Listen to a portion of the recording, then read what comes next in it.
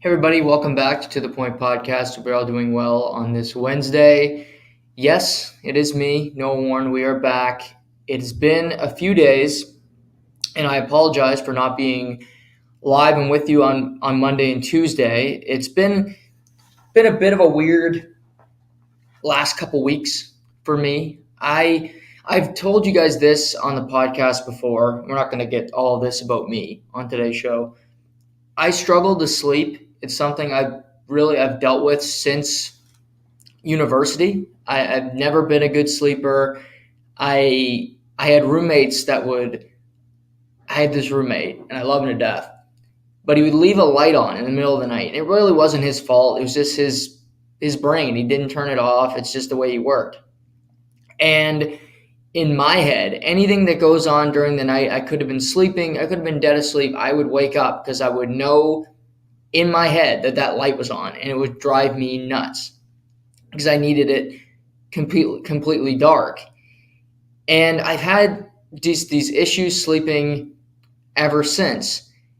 And the past month to 6 weeks in particular, I've been getting an hour to 2 hours of sleep a night, and I've been coping with it. And I think doing a fairly decent job living, normally bringing good energy to this show, bringing good energy at work and life, staying active, things of that nature, trying to be my normal self. But then Monday, it really hit me because Sunday I did not sleep whatsoever, Sunday night. And Saturday I slept about 2 hours, Saturday night. Actually slept Saturday morning for 3 on the couch at 7 a.m. after I got back from the gym because I couldn't sleep. I was so physically wore out. And it was about a 4-day period where I got 7 hours of sleep. And I just said, this isn't normal. I need to figure this out. So I'm in the process I'm going to be seeing a sleep expert, a sleep doctor. I've talked to MDs. I took a sleeping pill Monday night, and I did sleep some. Although I hate taking any kind of pill. I'm not afraid of much in life, but opioids and getting addicted to things, having things necessary for you to live is a constant fear of mine. And yesterday I just wasn't physically there yet. I hadn't gotten enough sleep. I got a little bit last night, and I'm back. I feel better today than I did the past 2 days. I've gotten some sleep. My mind is right, and I'm just bringing it all back. It's a frustrating experience. I don't know if any of you struggle to sleep at night, but I should be a really good sleeper. I'm young. I am active. I never stop really. I'm up from 3:30, 4 a.m. every morning until late at night doing things, and I should just physically, just pass out, and I don't. And when you're tossing and turning and can physically do nothing to improve that, you're stuck. It's not like you can go to a school and learn how to sleep better. It's not something that it's taught. So I'm battling through it anyway, and I'm physically feeling better. I picked up some techniques. I bought a number of books over the last number of days. None of them about sleeping, but I've been told try to read before you go to bed. I love reading. I bought 6 books over the last 3 days from Jeff Pearlman, all about sports, all sports books that I look forward to reading. It might be a blessing. I used to read all the time. I don't read as much as I used to anymore. So hopefully that will help me with my sleep deprivation and just that minutia. So that's what's been plaguing me the last couple of weeks. And I haven't been mentally all the way there. But I'm working through it. I'm not stopping here. I needed a few days just to clear my mind to get right. But I'm back now. We're back. I got a lot of opinions today. It's a Wednesday. Seamus is likely going to join us. He might have some news for all of us. I think I know his news, but he did not tell me. He did not tell me directly what his big life choice, big life decisions he's made. Did not reveal that to me. I thought it was one of his close friends, maybe his best friend, and I don't even know. I'm quite hurt, as you all should be, and I wasn't consulted. I wasn't asked. Come on. I don't know. I'm told everything last here, folks. Seamus, I talk to him every week, and I don't hear anything like this. I texted him that I couldn't sleep. He doesn't text me about his life decisions. So maybe we'll hear together if Seamus has made a big life decision, a big choice in his life. But if he has, he might be able to join us via computer. He might call in via phone. We'll see what happens today. He's got a lot going on, so we'll see if he can get on the show. But today it's going to be a plethora of everything. I haven't talked NFL yet this week. I'm going to today. Got a few things to say, got some opinions. Going to dive into that. This was a long time ago, but the Astros won the World Series. If you didn't watch it, it was Saturday night. It's actually a pretty good game. Astros won in 6 games.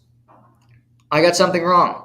I thought a small middle infielder would win MVP. It wasn't Jose Altuve, it was Jeremy Pena. Maybe the greatest rookie postseason ever. Right up there, CS and World Series MVP. Way to go, Jeremy Pena. Carlos Correa, good luck getting a bag this offseason, because quite frankly, you're not worth it. And lots of hockey chat today. Boy, there's some teams sinking right now. A lot of them in Canada. St. Louis Blues have lost 8 in a row. Why isn't Craig Berube fired yet? Are they still working through that contract with Barry Trotz like I predicted last week? St. Louis lost 8 straight. They can win a cup. Get Barry Trotz in there by the time you play the Vegas Golden Knights on Saturday night. Because Vegas is 12-2. They beat the Toronto Maple Leafs last night. Toronto just gifted the Vegas Golden Knights 2 points. The silver lining would be, the Leafs got a point last night. I don't believe in silver linings, and I'll tell you why. They gagged away a point last night if you didn't see the game. Heard some people missed it on center ice. Caught it on Sportsnet now. Got to have all the features, folks. Also, NHL-wise, Calgary, woof. My Islanders looking good. New Jersey Devils, 7 straight wins. Oh, Kraken, 5 straight wins. All these small market teams that nobody likes to talk about. Those are the stories I get excited about. We'll talk about them today. Shane Wright, healthy scratch. Why isn't he in the Ontario Hockey League? His ego or the Kraken ego? He's played 8 games. Plays 2 more. He's got to stay the whole year. But the plan might be to loan him to the World Juniors, so they'll play him 2 games over the next month and a half. Sounds sound. But to start it off today, let's go to the NFL. I'll tell you, the NFL is on crack this NFL season. We are 9 weeks in, and there are more bad teams than there are good ones. There are teams with winning records that are not good. Here's a few. Tennessee Titans are 5-3. They're not a good team. Yeah, they almost beat the Chiefs. I get that. Still not a good team.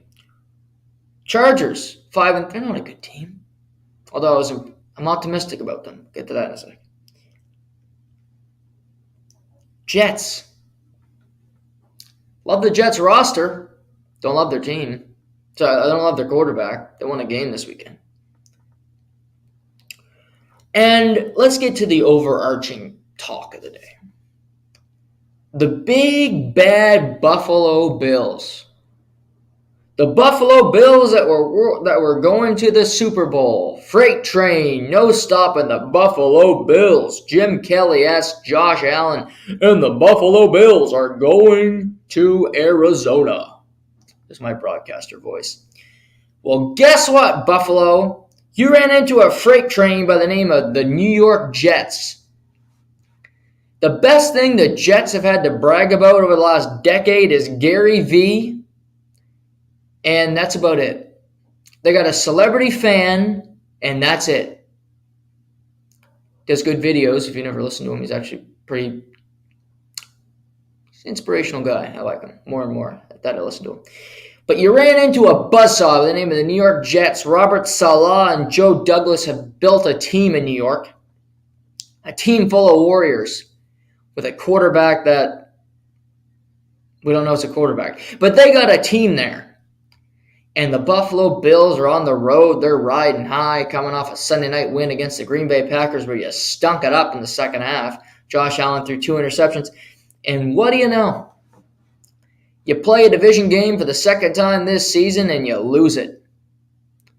The Buffalo Bills are 0-2 in divisional play this season. Losses in Miami and in New York. Well, I watched that game this weekend, and Josh Allen played like crap. He said it after the game, and I applaud him for it. He said, it's hard to win when your quarterback plays like shit. Bang on, Josh. You did play like shit. The team played like shit, and the New York Jets did just enough to win the game. But Buffalo is this fear-mongering. They are the favorite. They're big. And I have a rule of thumb in life. If anybody, if any team, if any person is an odds-on favorite to win something, I always bet against them. And it's not just because I love betting on underdogs, which I do. Do it every week in the NFL and college. Pretty profitable strategy, I'll let you know. But when somebody's a front runner, when somebody's a favorite, that means they got a chip on their shoulder. They're confident. They don't think they can be beat. They are on the top of the bleeping mountain. Well, Josh Allen looked like Zach Wilson. Those 2 interceptions on Sunday, Sauce Gardner made a great play in the ball. Don't get me wrong. One of the best corners in the NFL. He's a rookie. He's going to be a Pro Bowler. As a rookie, maybe an All-Pro if it continues. But 2 passes that are inexcusable turnovers that indirectly won the Jets the game. The Gardner one in particular, Jets are down 10 to the Bills. He throws an interception, cuts that to 7, punt, field goal, game's tied at 17. They go down the field on the second to last drive of the game, field goal by Greg Zuerlein, and then the Bills can't capitalize. Now, there's a few things in this game. Josh Allen played like crap. True. The Bills' offensive line still can't run block. True. Unless Josh Allen is running the football, which isn't a good idea because I don't know if you heard this week. Josh Allen has an elbow injury. UCL injury, which in layman's terms is Tommy John. If Josh Allen was Noah Syndergaard, he'd be having Tommy John surgery. He wouldn't be playing the rest of this NFL season, but like Ben Roethlisberger a few years ago, Josh Allen's going to gut it out. Well, that season didn't go so well for the Steelers the rest of the way. They won 4 of their last 6 games. They lost in the first round of the postseason. Then that offseason, Big Ben had Tommy John surgery, in a sense, but for a quarterback. This is a serious injury. It's your elbow on his throwing arm. I trust Matt Milano. I trust the Bills' defense primarily, although they couldn't stop Michael Carter, who had a great day, and James Robinson, who rushed for his first touchdown as a Jet. They need Matt Milano back. He's one of the most important pieces on that team. But I trust that Bills defense in the clutch moments. Why does Josh Allen deserve the praise, the accolades that a Tom Brady, that a Patrick Mahomes get? He doesn't. Josh Allen's never won a Super Bowl. Josh Allen has won 1 playoff game in his entire career. 1.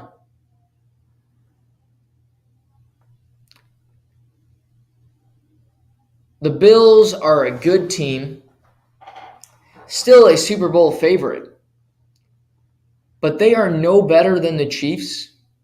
They are no better than the Baltimore Ravens. And this team continues to perplex me. They piss me off because I think I had them figured out and then I don't. They're another team I just... Ugh. Cincinnati Bengals. The Cincinnati Bengals can be as good as the Bills, absolutely.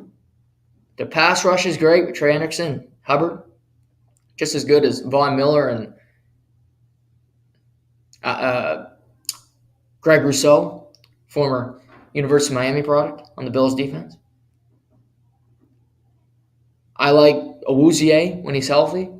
Eli Apple can be a problem. But Tre'Davious White's always hurt. He's never playing. They're missing Jordan Poyer for the rest of the season. Micah Hyde's out for the rest of the season. Secondary of that Bills defense isn't what it used to be. You're telling me Jamar Chase is healthy with T. Higgins and Tyler Boyd. They can't do some damage on the back end of that Bills defense? I think they can with Joey B slinging it. He won games last year in Kansas City. He won games in Tennessee. He won games. I went everywhere, man. 2 road games on the way to the Super Bowl. The Bengals can absolutely do that again. Now, they piss me off because I can't figure them out, and the AFC does have some decent teams. But can the Bengals beat the Bills in a playoff game? Yes. Yes, they can. The Ravens can beat the Bills in a playoff game. Why? Lamar Jackson is a freak of nature. Monday night.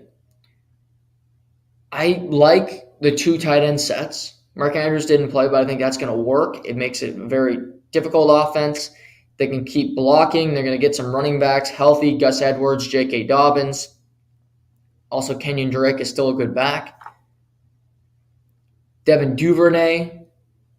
I think he's just scratching the surface. I think he's a really good receiver. They need to give him the ball more in Baltimore. He is a kick returner, but I still think he's got more to bring.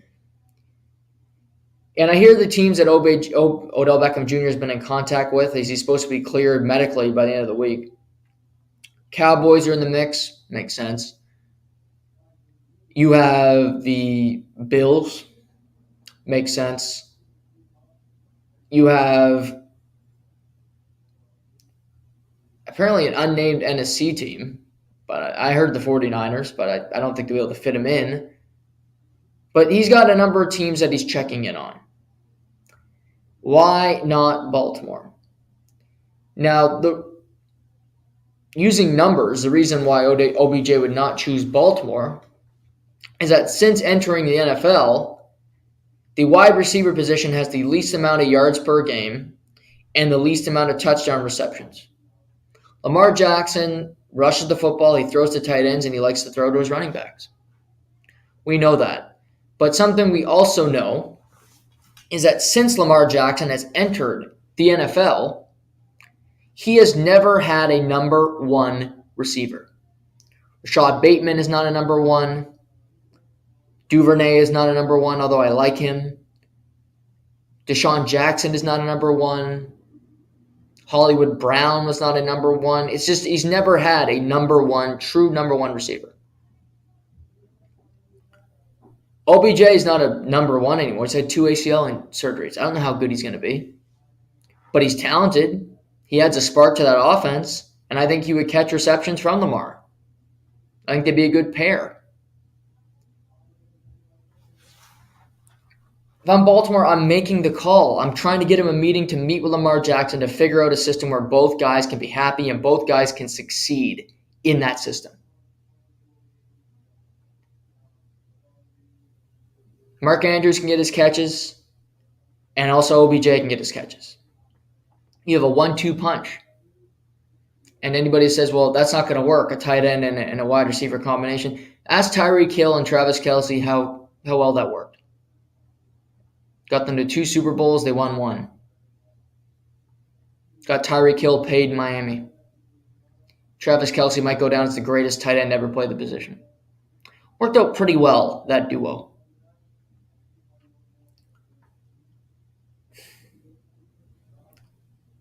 So looking at it, I think the Bills are still a very good team, but Josh Allen's injury concerns me.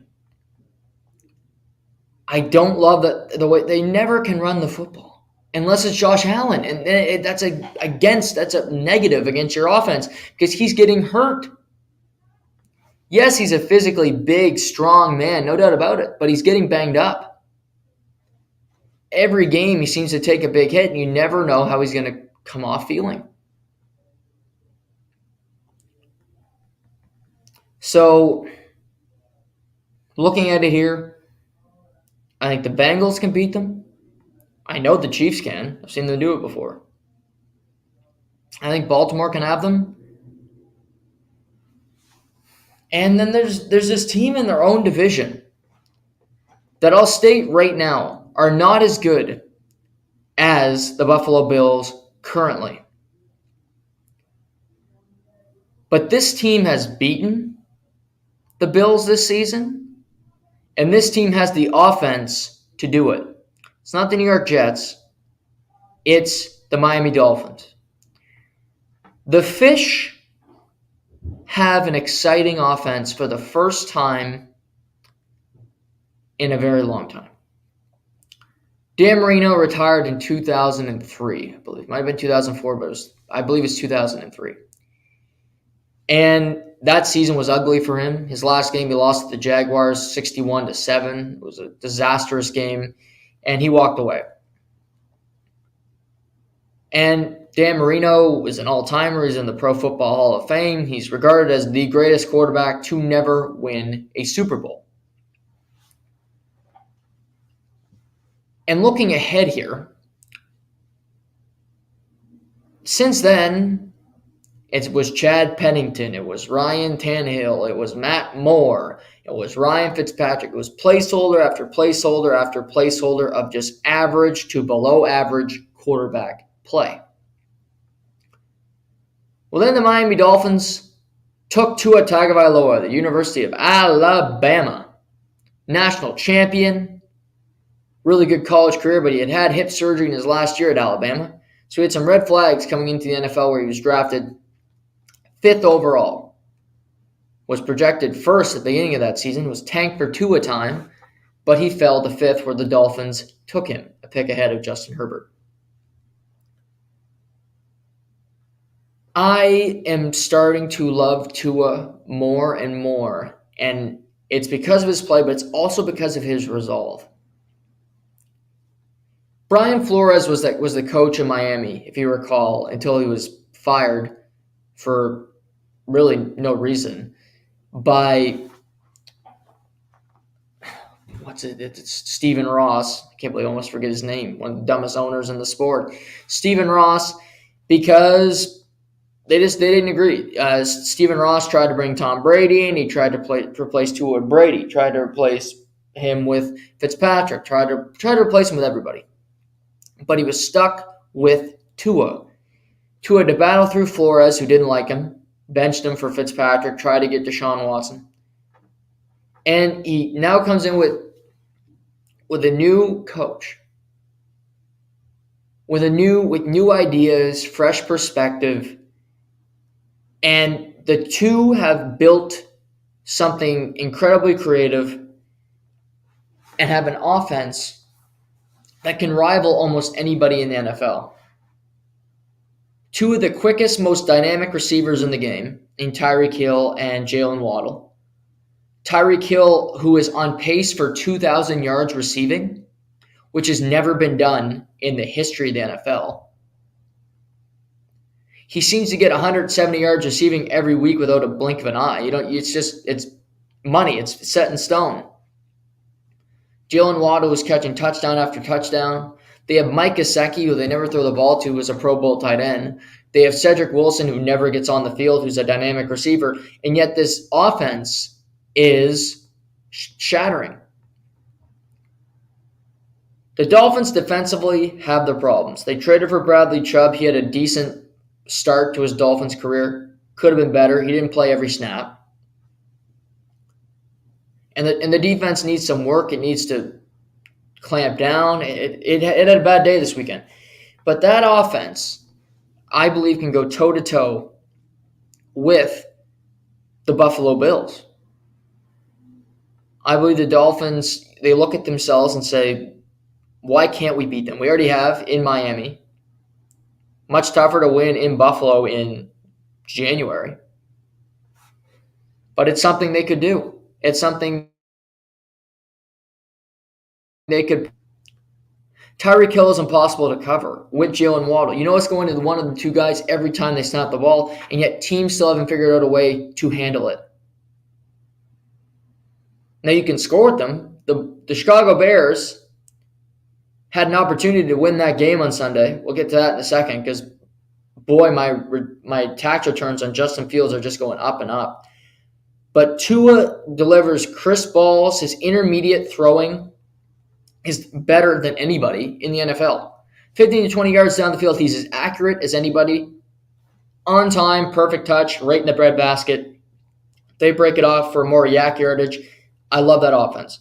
Also, Jeff Wilson Jr., who they picked up at the trade deadline from the San Francisco 49ers. Great pickup.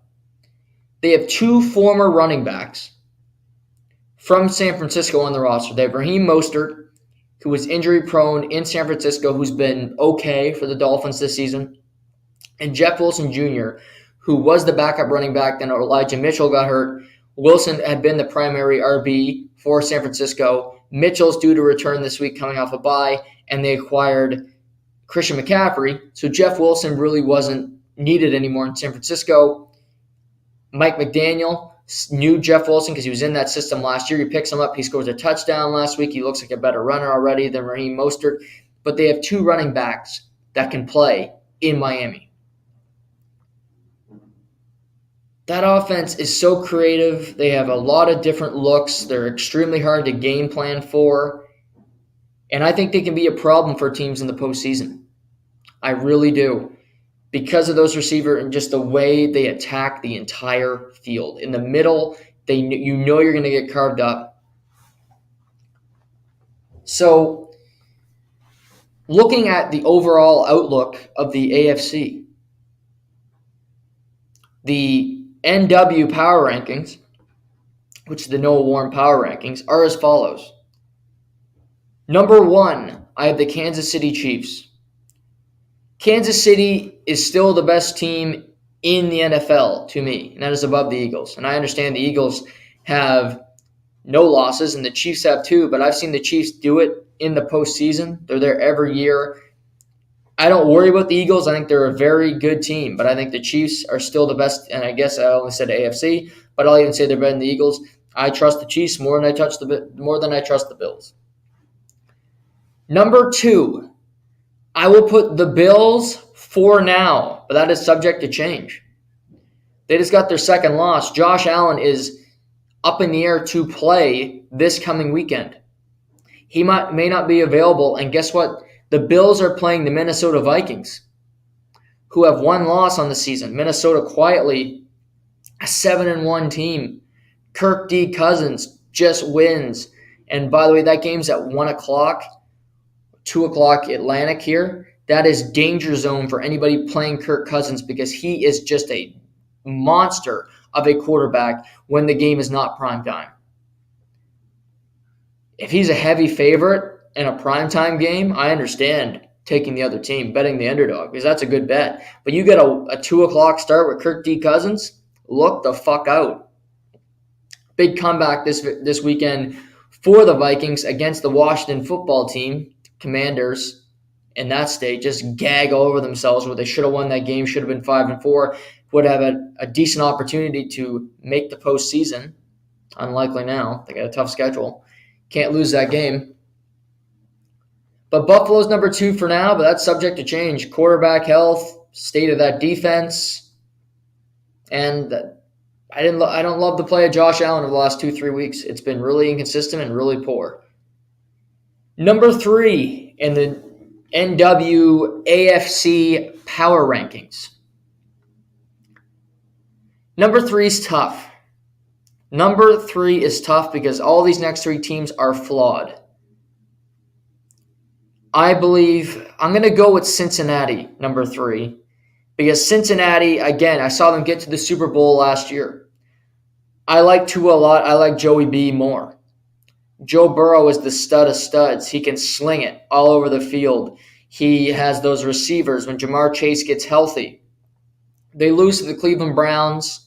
It was an ugly loss, but it's a divisional game, and it's an excusable loss. You bounce back from it, which they did. They crushed my Carolina Panthers this weekend.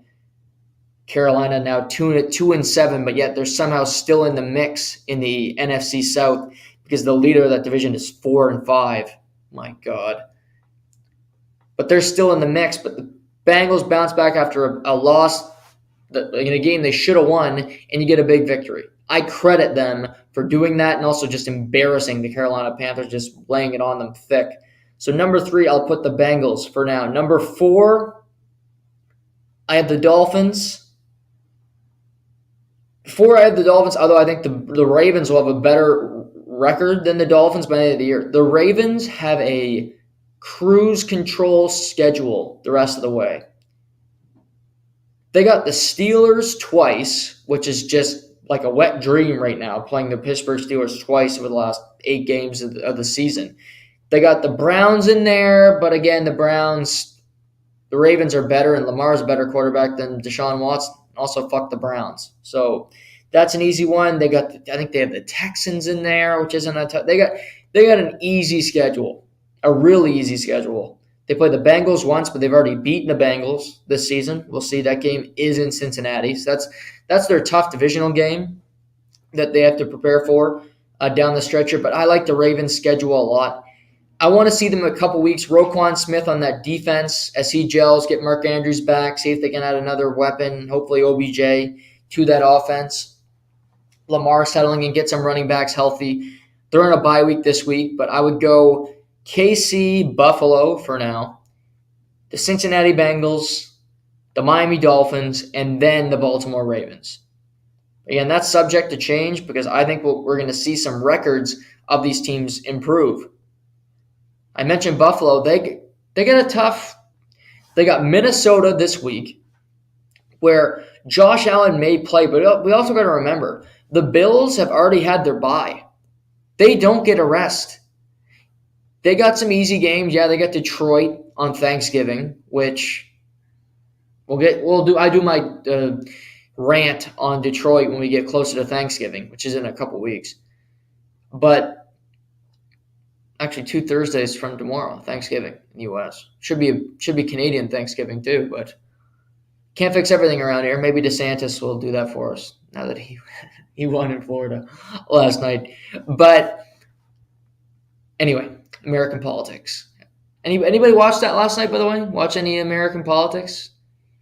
Boy, I'll tell you, off topic, if you want to have a fun night, there was a lot of good NHL last night, which we will get to. But if you just want to have a fun night, throw it on another screen. I don't listen to sound in a lot of these NHL games because the announcers are crap. But flip through different American TV stations, go from CNN to Fox to CBS, and hear the different coverage involving the election. It is truly mesmerizing and so delicious how biased and how full of shit these media companies are. You go to Fox, they are not talking about any of the states that the Democrats won. They're only talking about how are the Republicans going to win, which, know your audience, I guess. No, yeah, that's what they're doing, but also tell us the full story. But okay. So then I go to CNN, and I'll give CNN credit. They were the best of these 3 that I'm naming. I did ABC, CNN, not CBS, because of shit about CBS. ABC, CNN, and Fox.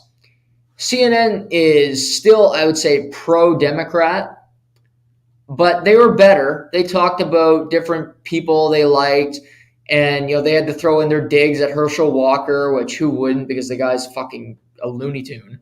But they're talking about that, and it's just delicious. And then you go to ABC, which is a network that I really have started to hate. Maybe because my parents watch Good Morning America, which is another show that don't watch it.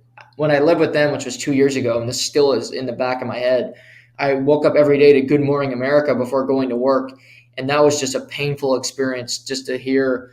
Good for Michael Strahan to get a gig, but to hear little Georgie and those people. But you go to that station, it was like Nightmare on Elm Street because they realized that the Republicans were likely going to get the most seats, going to have control of the Senate, and everybody's just panicking and saying this is not good, and DeSantis and Trump and it was interesting. Sorry to get off topic. We're talking NFL, but there was a vote. It was an election in the United States yesterday, and yeah, I wanted to talk about it because yes, we're in Canada, but honestly, and you guys all know this, elections in the United States are more interesting than elections in Canada. Indisputable. Indisputable, and I would say that these people winning in the United States will have more impact on change than any prime minister in Canada because our prime minister is a hapless idiot. But I digress. Let's get back to where we were. Where the hell were we? We were talking about the AFC power rankings. Yes, the Bills, who knows what the Bills, Bengals, Ravens, I expect to have a good record because they got an easy schedule. Yes, absolutely. My power rankings just outside. I mentioned the Chargers. Chargers are so frustrating. Chargers are a team that this weekend did not have talent. Didn't have Mike Williams. Didn't have Keenan Allen, of course. Never healthy. But I am optimistic about the Chargers because of their win against the Falcons. They were down 10-0 early in that game. Run all over. Looked like the Falcons were going to improve to 5-4, leading the NFC South. But Justin Herbert fought back, and that team found their edge and found a way to win that game. In the fourth quarter, there was a play where the Chargers had the ball, they're driving, Falcons are out of timeout. The game's over. Chargers are running the football. Falcons strip the Chargers of the football. I'm like, oh my God, we might go to overtime. Maybe the Falcons get enough yards to get a field goal. But then the Falcons' big nose tackle is running too much. Ball hits his gut. Ball pops loose, recovered by the Falcons. So it was a fumble recovery. Ball goes back to the Chargers. They gain a few more yards. They kick the game-winning field goal. Falcons blew some opportunities. Khalil Mack got a forced fumble down inside the red zone. Great play by him to strip the ball out from Drake London. But I thought Herbert had his best game of the season. He did have an interception, in a bad one, but he didn't have his usual receivers. And Josh Palmer, who was a Canadian, had a really good game. He fought. He played hard. He made some big catches for that team. Gerald Everett was used. Austin Eckler did play through the whole game. I said Friday he probably wouldn't because he's hurt all the time. But good for him. He got through it. He had 2 touchdowns. And I looked at that team and said they have the pieces. Herbert is a great quarterback.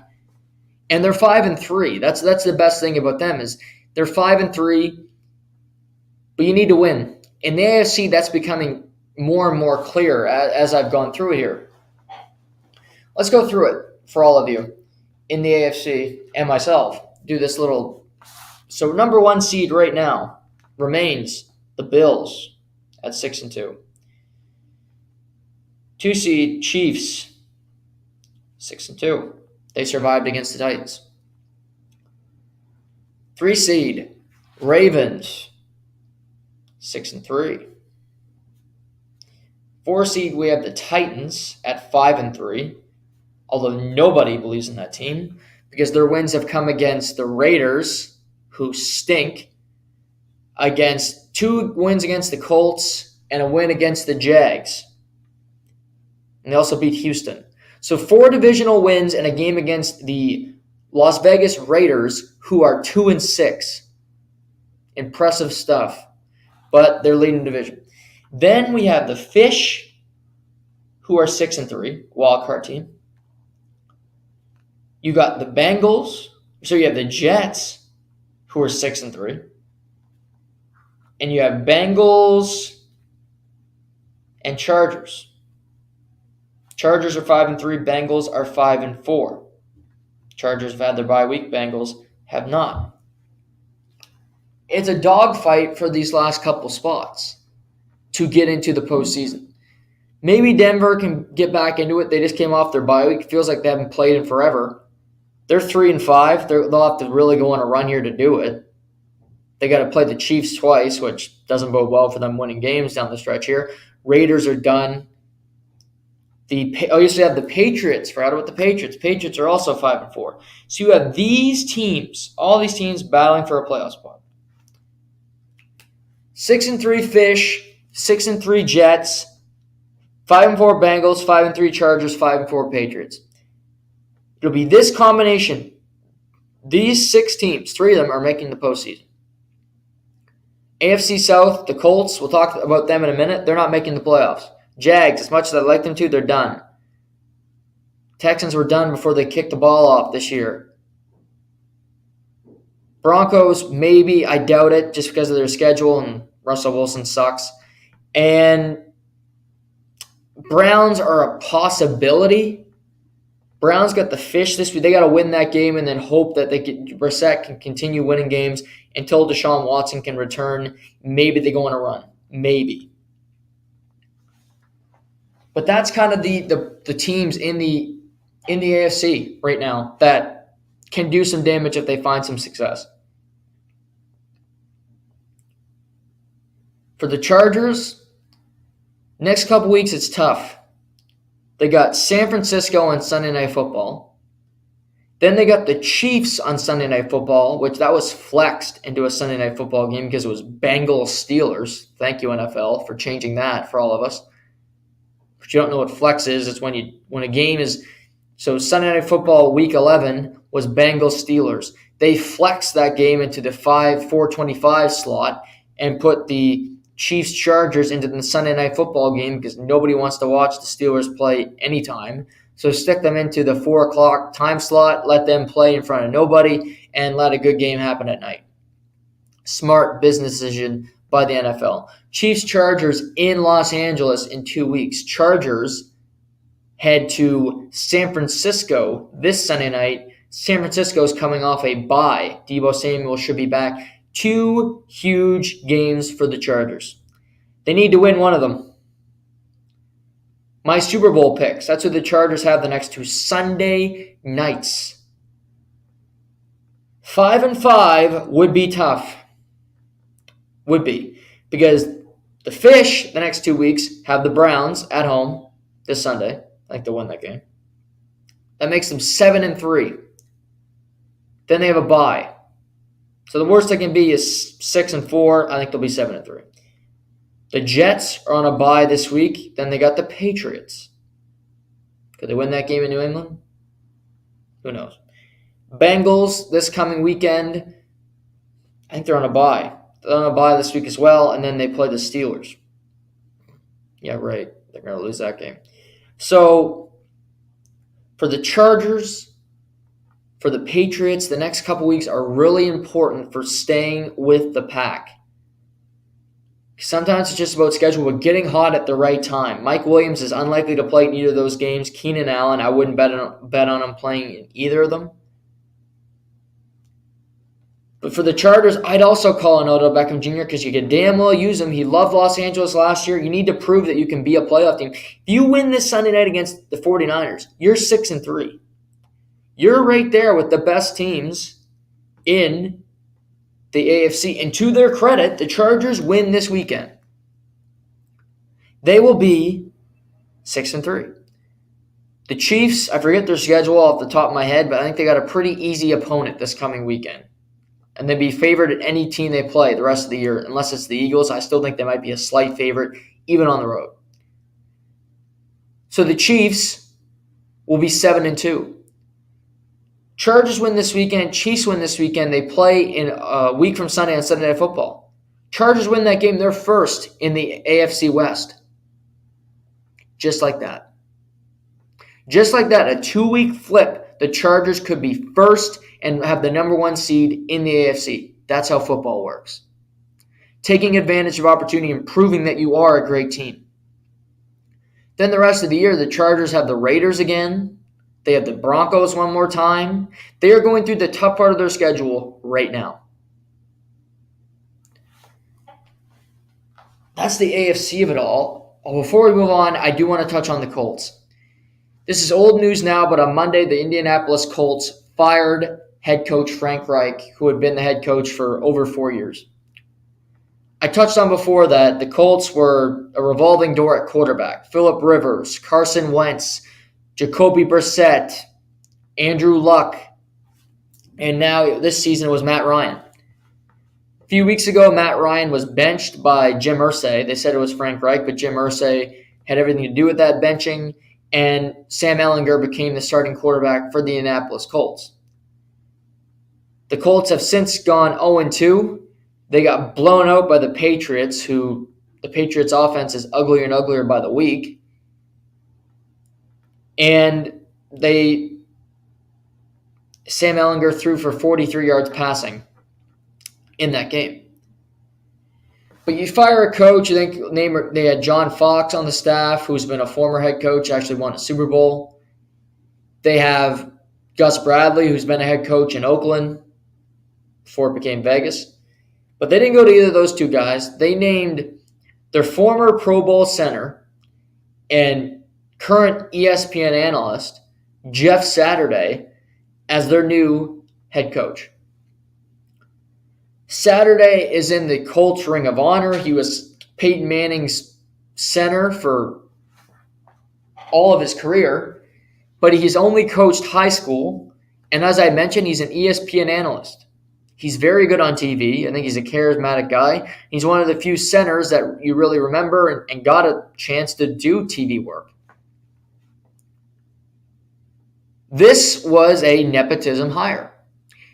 Now, Jeff Saturday may not be related to Jim Irsay, but they have a relationship. Jeff Saturday did not earn a head coaching job in the NFL.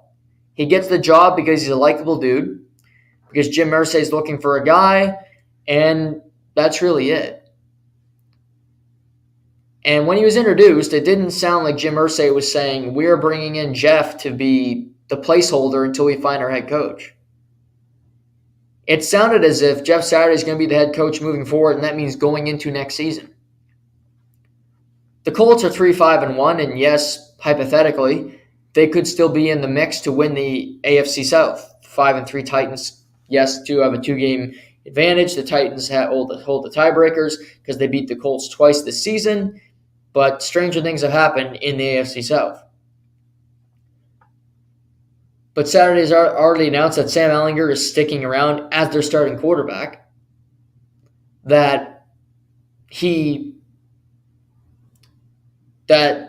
way that the organization is moving. And to me, it sounds more as if the Colts are planning to be bad for the rest of the year and hope to draft their next franchise quarterback, like they got lucky when they drafted Andrew Luck to replace Peyton Manning. I understand why coaches like Raheem Morris, who's a defensive coordinator for the Los Angeles Rams, who won a Super Bowl last year, like DeMeco Ryans, who's a great defensive coordinator for the San Francisco 49ers, Leslie Frazier, a defensive coordinator for the Buffalo Bills, who have the best defense in the NFL statistically over the first 9 weeks of the season. I understand those are just three guys that come to mind why they would be upset that Jeff Saturday, a guy who's not an offensive genius, a guy who's doesn't have any pedigree, why they'd be upset that he got the job. And I'm just making this argument based off qualifications, based off what have you done in this league to prove that you can do it. And I haven't brought up the elephant in the room yet, the race issue of it all. I haven't brought it up. I'm not going to today because that's too easy of an argument. It's a true narrative. It's a true opinion.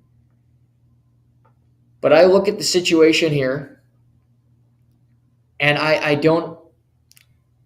like Jeff Saturday. I think he's great on TV. He's on different ESPN shows that I sometimes listen to on podcasts. But that doesn't mean he should just be getting a head coaching job because he's got a good relationship with the guy who runs the team. I believe in life you earn your opportunities. And yes, networking is important. Having people in your phone that you can, using your Rolodex to help you out. But also you should be given a job because somebody believes that you're the best person for it, not just because they know you very well and know how you'd handle somebody.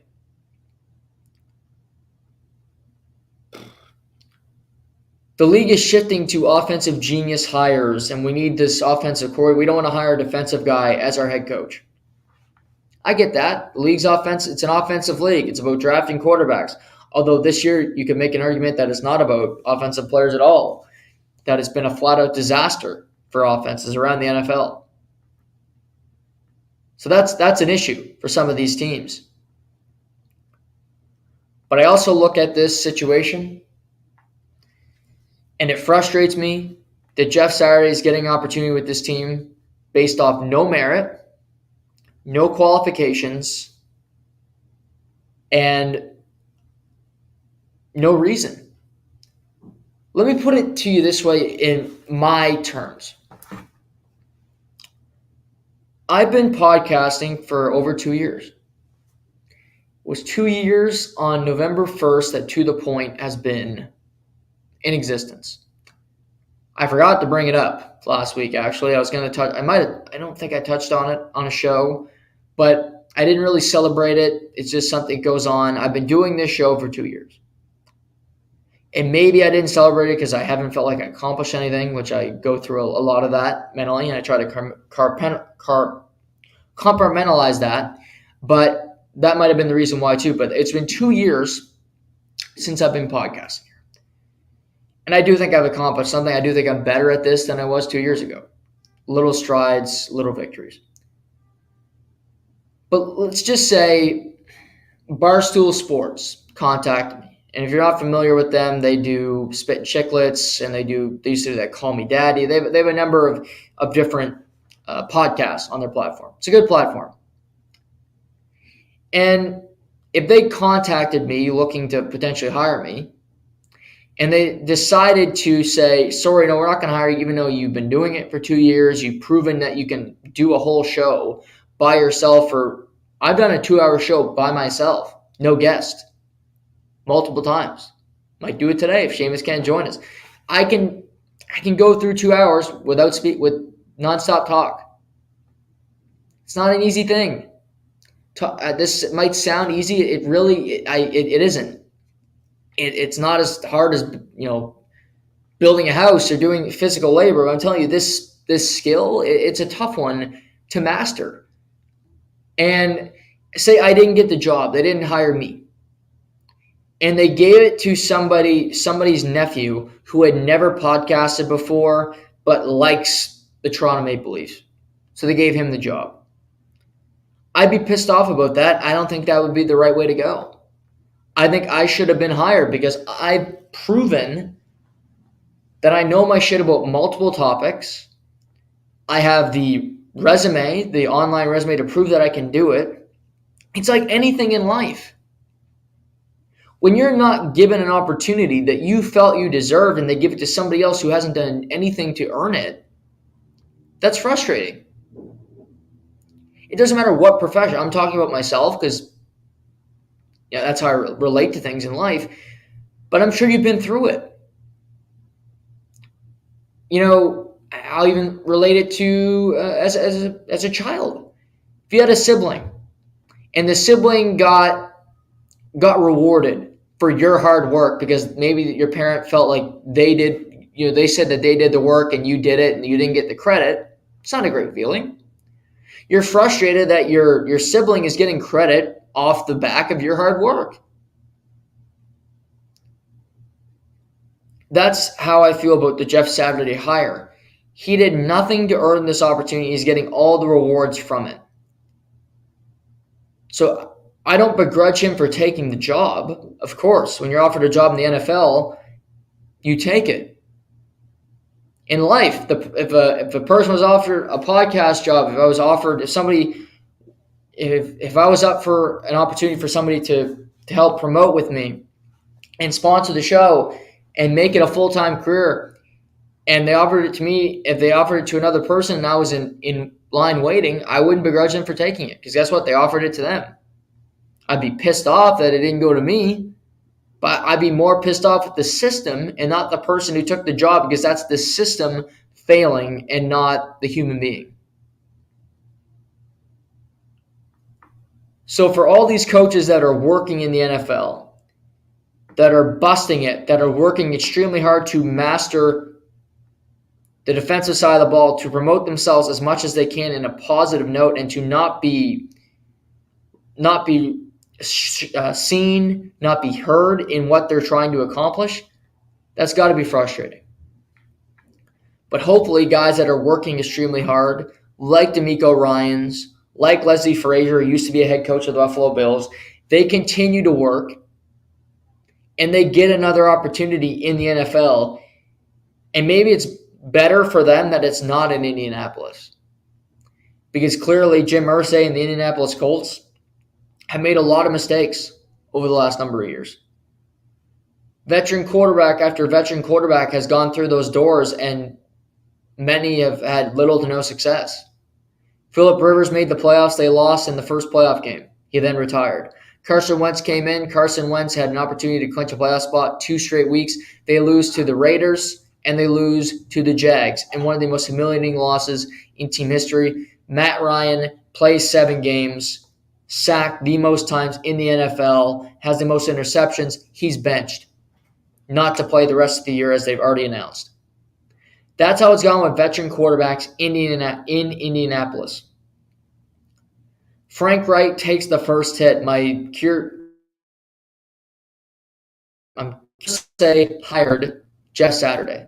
It was not Chris Ballard and Jim Irsay saying, I think Jeff Saturday would have been a good, and Chris Ballard's the general manager. I think it's a good idea to hire Jeff Saturday. No way. Chris Ballard would have hired another person, definitely not a guy working at the mothership. So where does Chris Ballard stand with the organization? He's brought in all these veteran quarterbacks for Frank Reich to coach. He's been the GM there for a long time. Through the Andrew Luck, where they didn't get offensive linemen for him, you bring him in trying to right the ship, and they've never gotten close to a championship. To me, Chris Ballard should be on the hot seat because that offensive line is just not good enough. He's never acquired enough skill position players to play with these quarterbacks. And the team is just lacking on a lot of fronts. So we'll see what happens here, but I think Chris Ballard should be worried about his job security as well after seeing the head coach walk out the front door. NFC. Brady. Tom Brady and the Bucks. They won a game on Sunday, and the story on all the shows was, well, Brady leads another comeback drive. The Bucks are still in it. They're 4-5. I didn't take that from that game. I saw the Chargers optimistic about winning the game. I'm not optimistic about the Bucks at all. The Bucks dropped 6 balls on Sunday, the receivers.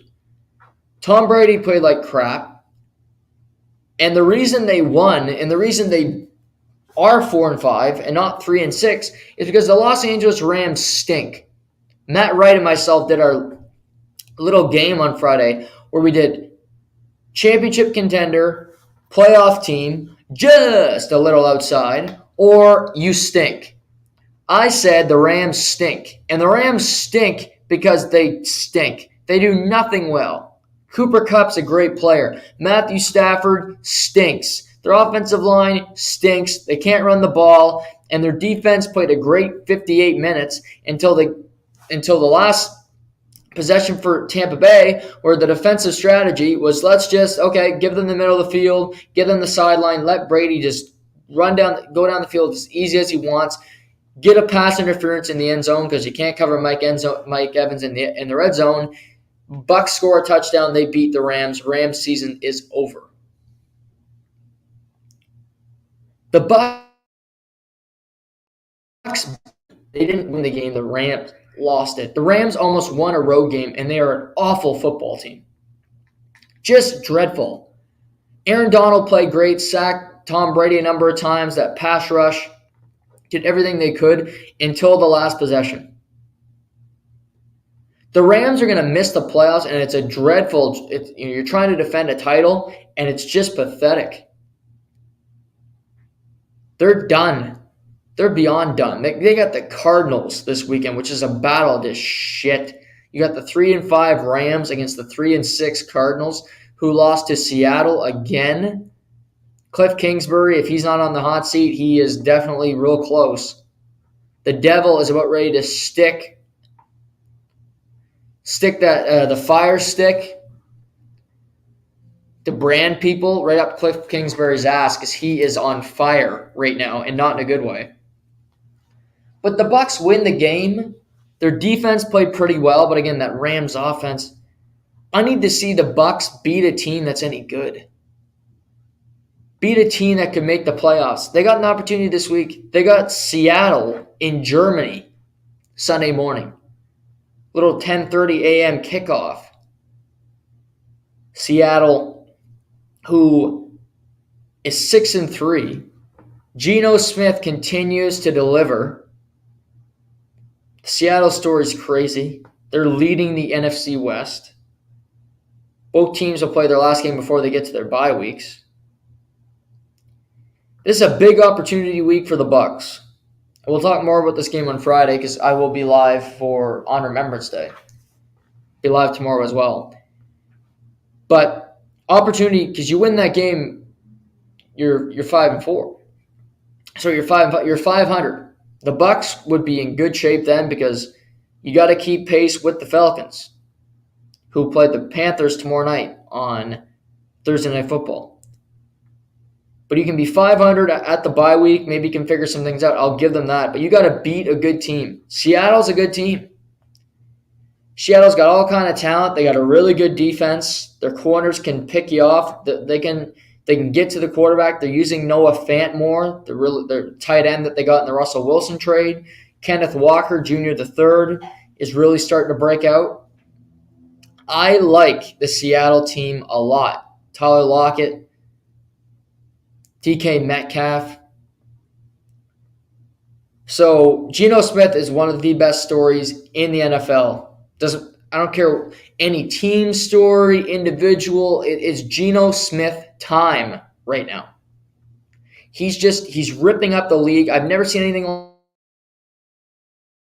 like it. Backup has gone to starter, and now he's going to make the Pro Bowl, for Christ's sakes.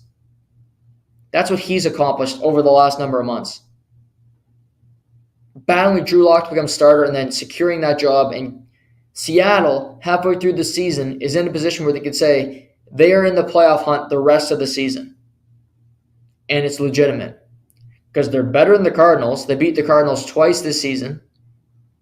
They were all the way. Also, Vegas. Do you want me to make money? The Cardinals are a home favorite. Cardinals should be a favorite in no game unless they're playing the Texans, or maybe that's it. I think they got the Rams this weekend. I'm curious. We'll get those lines before Friday's show, but the Cardinals should never be a favorite.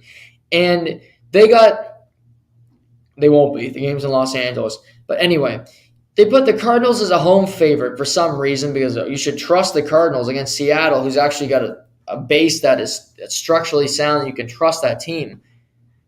Cardinals are a 2-point favorite at home. Of course I'm taking Seattle.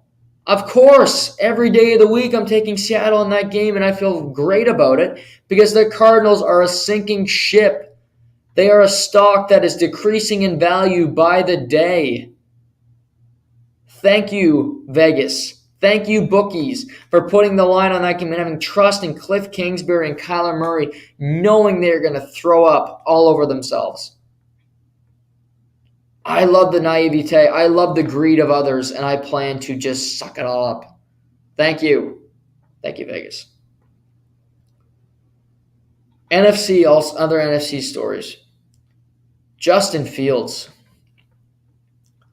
Justin Fields for the Bears. The Bears are 3-6, but I couldn't be higher on the Chicago Bears. Nothing to do with the playoffs this year. They're not making the playoffs. Now, they might finish second in that division. Vikings are 7-1. Vikings have a 4.5 game lead in that division. They'll cruise to that division win. They're in real good shape. They're a pretty good football team, the Minnesota Vikings. But Justin Fields is starting to throw better from the pocket. He's a great athlete. They're letting him be an athlete. And I just love what they're doing in Chicago with him. Now, they need to get him some receivers because the Chicago Bears could have beaten the Miami Dolphins over the weekend if they had any receiver who could fucking catch. Chase Claypool dropped end of the game, although that was pass interference. And then on fourth down, how about Aquimius St. Brown? Right in the hands, drops it. Would have been a first down. They needed a field goal to extend the game. No thanks, because the Chicago receivers stink. They got Darnell Mooney, and that's about it in Chicago. They need to get him skill position players that can play, but they got their quarterback. They got their quarterback in Chicago. He threw for over 130 yards. He ran for 185, which is NFL record by a quarterback. He's got more rushing yards in a football game than Lamar Jackson, if you can believe it, than Michael Vick. That's what Justin Fields accomplished. They're breaking out the playbook for him. He has the ability to break off plays with his legs when he sees the opportunity. He's not taking huge hits. I love Justin. I said from that draft, I love Justin Fields. Watched him at Ohio State. He wheeled that Ohio State team to a national championship game. They lost it because Alabama was just a much better team that year. But he gutted their way there. He gutted that team to the national championship game. He had busted ribs. He was all beat to hell. But I saw him play in those games, and he was just a warrior. I think the Bears got a decent coach in Matt Eberflus. I know they got a good quarterback in Justin Fields. They got a decent running game. They now, they're going to need to restock their defensive players because they traded Roquan Smith and they traded Robert Quinn, and they need some skill position players for Justin Fields. Chase Claypool remains to be seen. They gave up a second rounder for him. I don't know if he's going to turn into anything in the NFL because I don't trust him to be reliant enough to be a great receiver. Need another one. But there are a lot of great receivers that are coming out of college. More and more every year. Or you pay for one. The Philadelphia Eagles did it. They got A.J. Brown. Seemed to have working out. They're 8-0 in the season. A.J. Brown is second in the NFL in touchdown receptions. They drafted Devontae Smith. Maybe you can do both. There are options to get good receivers in this league. There's guys that come out every year that are really good. Now, this isn't going to be a receiver-heavy draft. That was last season, the last couple ones. This season, it's a little light on receivers. I don't love a lot of guys coming out of college. None of them jump off the page. Now, they're tight ends. Brock Bowers, University of Georgia. Maybe he wins back-to-back national championships. He rises in the draft, but Brock Bowers, I take him in my team and see what I can do with him. To put him a lot of different places. I think he'd work well with Justin Fields. Possession tight end / receiver who can do it, jack of all trades. Just a thought, Chicago. I'm here for you if you guys need me. Other NFC headlines before we move on from the NFL. Yeah, the NFC is interesting. I mean, the Packers, my God. The Packers. Losing to the Lions. Aaron Rodgers might have played his worst game I've ever seen him play. It was as ugly as 3 interceptions, all in the red zone. All interceptions that you just are not acceptable. And then he said he doesn't care what people on TV say about him yesterday on the Pat McAfee show. Good for you. I'm glad that you don't care. I hope you care what your teammates think because you're playing like shit. This isn't about the receivers anymore. This isn't about coaching. This is about Aaron Rodgers just playing poor. Playing like crap. As simple as that. He's not playing at a high level. He's not delivering for the Packers anymore. You're paying him $50 million to be 3-6 and a game up on the Detroit Lions for the bottom of that division. Not to mention the Packers lose to the Lions. They've lost to some bad teams in there, and they got the Dallas Cowboys this coming weekend. Dallas coming off a bye who's fresh. And Mike McCarthy making his return to Lambeau Field for the first time since being fired. To me, the Dallas Cowboys are the second best team in the NFC. Their defense is the best in the NFL, if not right there. Them and the Bills when the Bills are healthy. That pass rush with that offensive line in Green Bay that's banged up seemingly more and more every week. Aaron ran for 40 yards last week against the Detroit Lions. He doesn't like to he doesn't run the ball that much anymore because he's 38 years old and he's not as spry as he used to be. He might need to prepare to run because that defensive line is going to be coming at him all damn day. 3-6 Packers against the Detroit Lions on a bye. Be a massive win if Green Bay could do it. Get them to 4-6, maybe you battle back in the NFC. Because if we go through the NFC of it all, do it quickly for you guys. Eagles, 8-0, number 1. 2, who's the 2 seed? Think of the NFC. NFC West, you got the Seahawks. That's right, at 6-3. Thinking NFC North. Sorry, the Vikings are in there. I forgot about the Vikings. They're 7-1. You forget about the Vikings. I do, because they're a good team, but they're not great. They find ways to win. NFC South, you have the Bucks, 4-5. That's right. And then the wild card teams, as follow, are the Cowboys, who are 6-2. G-Men, who are 6-2. And then you have the 4-4 Niners. Those would be the 3 playoff teams right now. Washington football team is 4-5.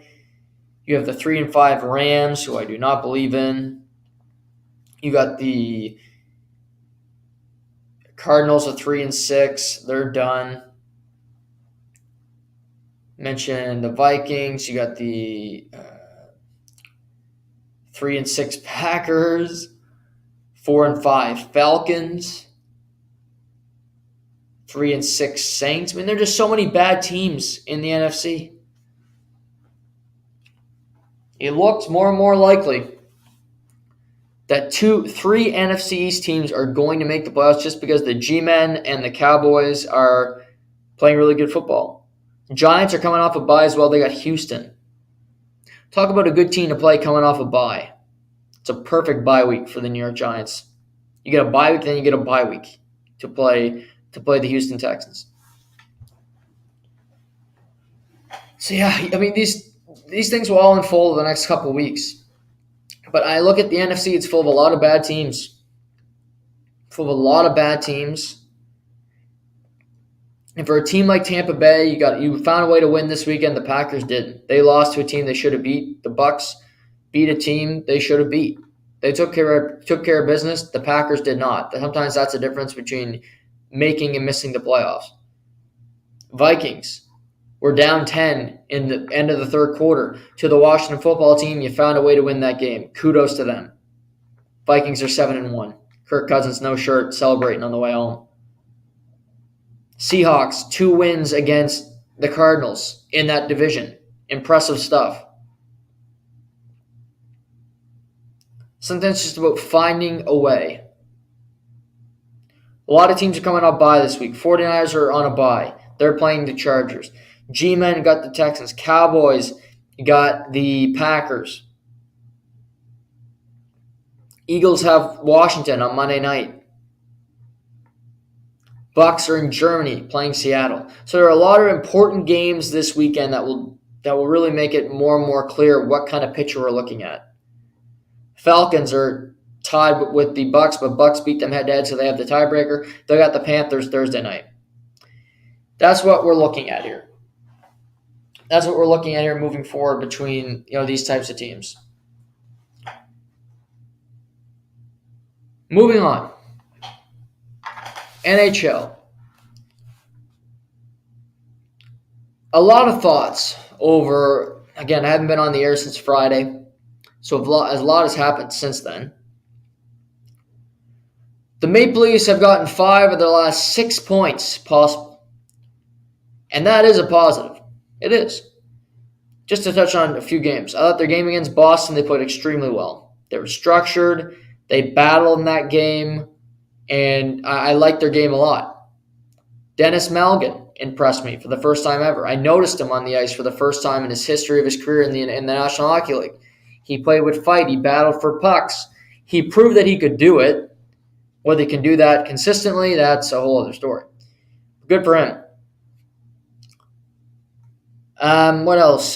John Tavares continues to play extremely well. His compete level, game in, game out, is there more than somebody else that plays center ice. But he's always competing. He's around pucks. I'm impressed by John Tavares on a nightly basis. He scores a crucial goal on Sunday against the Carolina Hurricanes in an incredibly boring game, but they won it. Credit to them. Now, to last night's game. I thought overall the Toronto Maple Leafs were the better team last night in the Maple Leafs game against the Vegas Golden Knights. They played hard. They were first on pucks. They used their speed.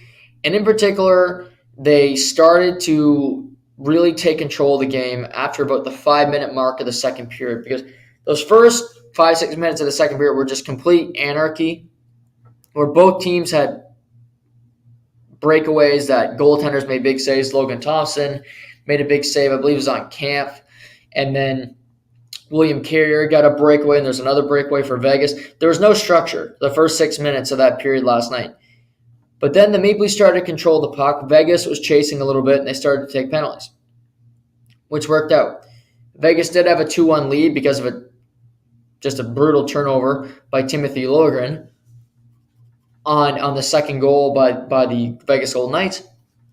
But Mitch Marner makes a great play. He does his thing. He ties the game at 2, and then they eventually took the lead. So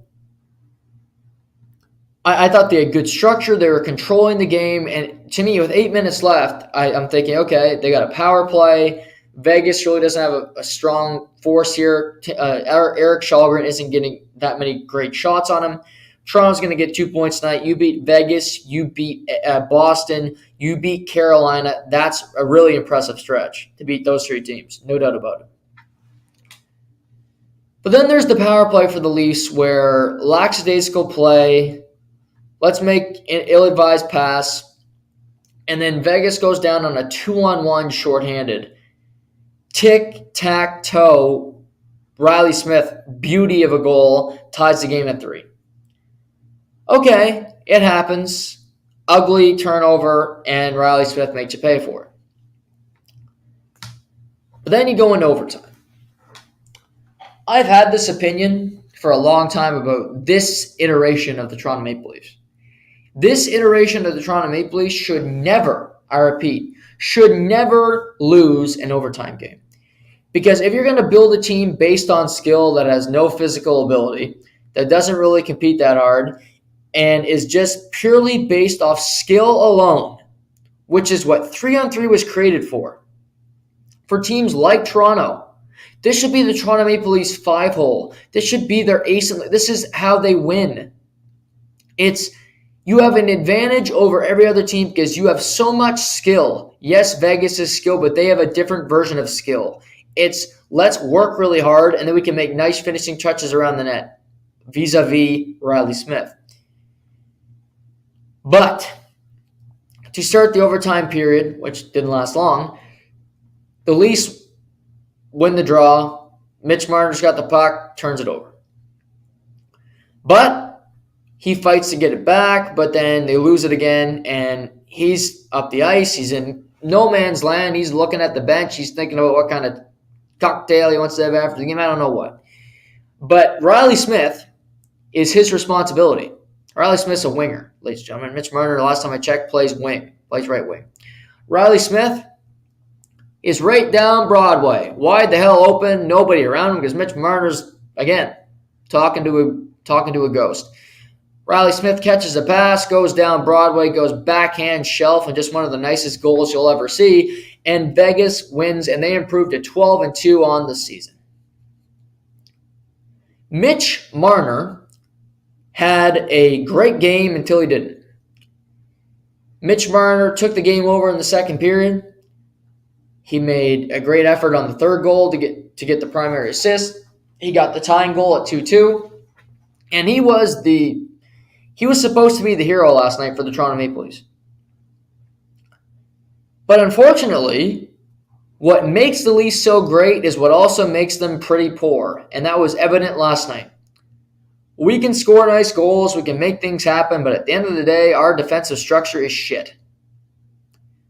Because I don't care if Samsonov, I don't care if Matt Murray's pulled hamstring is in that net last night, that's going in. That Riley Smith goal is going, that is just a beautiful goal. It's that 2-on-1, it's going in.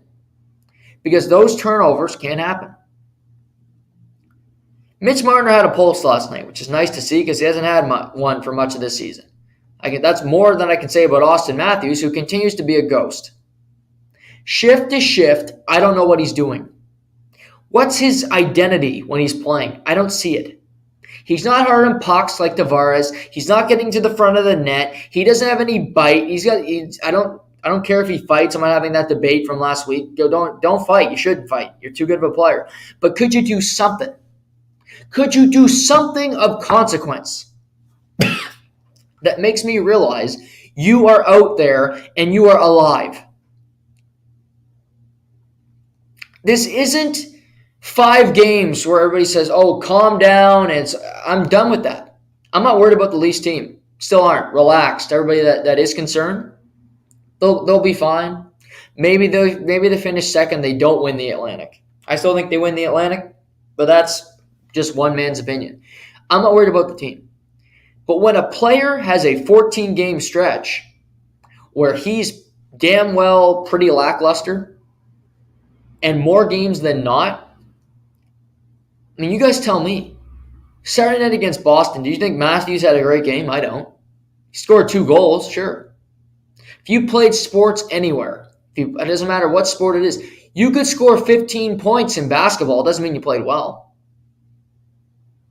I've had games growing up, I scored 2 goals. I didn't think I played like shit.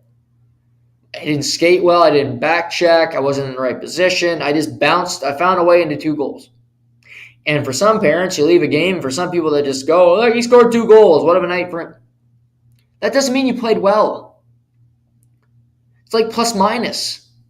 You got to watch the whole game.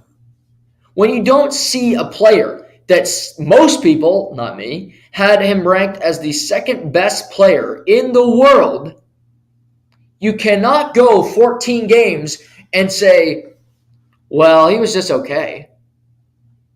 That's not. Did Leon Draisaitl go through these first 13, 14 game stretch of Edmonton Oilers season? We don't know where he is. No, because he's second in the NHL in points behind Connor McDavid. And believe me, Edmonton's not a perfect team. They're not playing well either right now. Jack Campbell, a big part of the reason why they're not. Which, go figure, Leaf fans. But for me, this Austin Matthews love affair, where I give him the benefit of the doubt, it's done now. I'm over with it. Because he needs to do something to prove that he's got a pulse, that he's got an identity, that he can play. I haven't seen it yet. I really haven't seen it yet from him. John Tavares, I see it every night. I give him so much credit because I doubted that he could do it.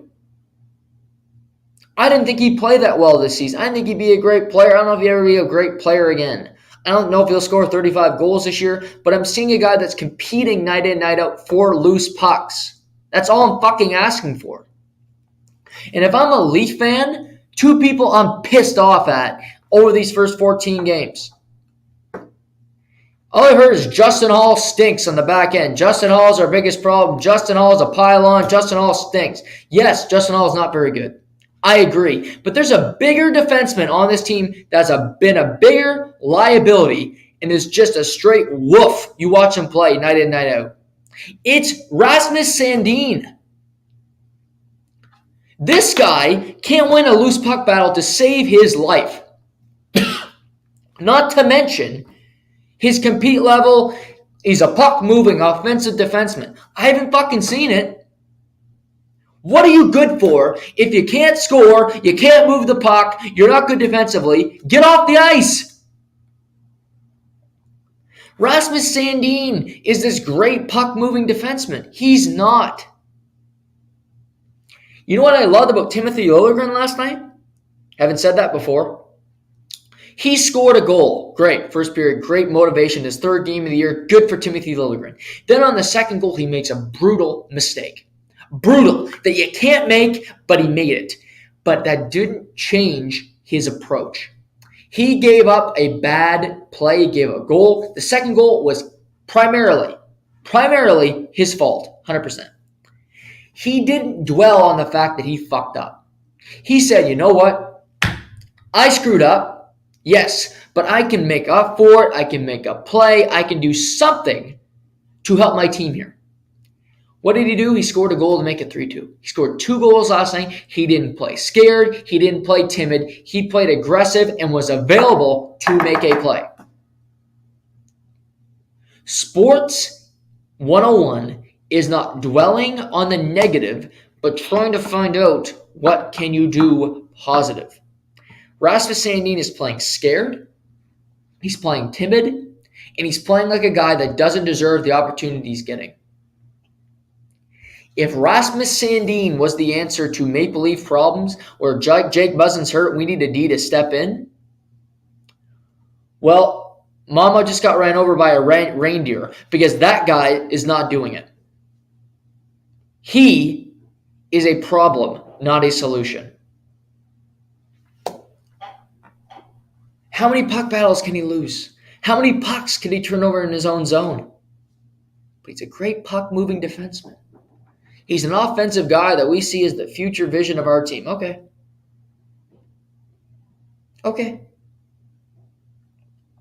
Good luck. I always thought Timothy Liljegren was just as good as Rasmus Sandin, and I believe it more and more the more I watch him. He is. Both first-rounders, but Liljegren at least doesn't play afraid. First 3 games for Liljegren, I give him a B+. And for least defenseman, that's a damn good grade. Morgan Riley wasn't great last night. But nevertheless, I have a least player that I love. And if Seamus joins me today, I'm going to ask him I'm going to get him to guess. Because I told him last night, there's a least player that I love. And it's not one of them, if you know me, it's not going to be a star player. I like guys that you don't see every day, that are not talked about all the time. I don't need the players that get all the spotlight. There's enough people that like them that I don't have to. So I have a player on the Leafs roster that I really like. I think he plays hard every night. He's getting more and more involved offensively. I like him. If Seamus does join us today, I'm going to ask him that the second he comes on, and we'll see if he can get it on the nose. But we'll see. Already an hour and a half into the show, he's getting out of work, and I do want to know if he's got new employment. So I kind of hope he joins us, because I kind of want to grill him on that and tell me why I wasn't included in the announcement. Kind of hurtful, as I mentioned earlier. Other NHL storylines. Calgary Flames. Woof. I watched the whole Calgary Islander game on Monday night. I watched some of their game against the Devils last night, but Monday night I watched the whole game against the Islanders. First period, they had their best period of the season, because I watched a lot of Calgary lately, because when the team stinks, I got to start watching. Best period of the season. Huberdeau was all around the puck, and he looked good, which he hasn't for most of this season. He was a part of a goal. They dominated the Islanders. The Islanders should have been down by more. It was 18-2, the first period shots. Second period, Calgary played well again. Ilya Sorokin made some big saves for the Islanders, kept them in it. But Calgary's up 3-1 going into the third period. I'm like, well, Calgary's dominating this game. Just keep playing the way you are. You got an easy win. Calgary has a bad motor. Calgary is like Breaking Bad when Walter and Jesse go to cook meth in the desert and they run out of gas or they leave the light on, and before you know it, the RV goes dead and they're stuck in the middle of the desert trying to get back to civilization. The Flames play 40 minutes. They get out there with all their meth equipment. They cook it, they get it ready, they pound it in, they put the blue in it, and it's all ready to ship. But then when they get the last 20 minutes, they got to drive back into Albuquerque. They got to play that last 20 minutes, finish the game. They have nothing left in the tank. They got nothing left, and they're stuck, froze to death in the middle of the desert. Third period of games, the Calgary Flames bring nothing to the table. The Calgary Flames, identity-wise and just culture, physical, and it's not about physical play anymore. The game is adapted. I get that. But it's just about nerve, about defending, about being assertive and wanting to keep a lead. They have one line that does it. It's the Nazem Kadri line. No shock there. That line is the identity of their team. They play incredibly hard. Kadri's had a really good start to his Calgary Flames career. They battle hard. Rasmus Andersson has improved some for sure. But that line brings something to the table defensively that really is impressive. And other than that line, Huberdeau falls asleep. They fall asleep defensively on assignments. They don't back check. And it's almost as if they rest on their laurels thinking we can win this game without putting in any effort in the last part. They're not assertive. They back off. And the game is over before the game is over. And teams make them pay for it. Calgary is just a flawed team right now. They have nothing that you love about them. Jonathan Huberdeau has been a really big disappointment. Matthew Tkachuk might have got suspended in Florida, but at least Matthew Tkachuk's getting points and you see his presence on the ice. Huberdeau, you don't. Huberdeau's Mr. Perimeter. He's stuck to the outside. He's not getting to the middle of the paint. He's not getting points. He's not a dynamic offensive player right now. He's a shell of himself.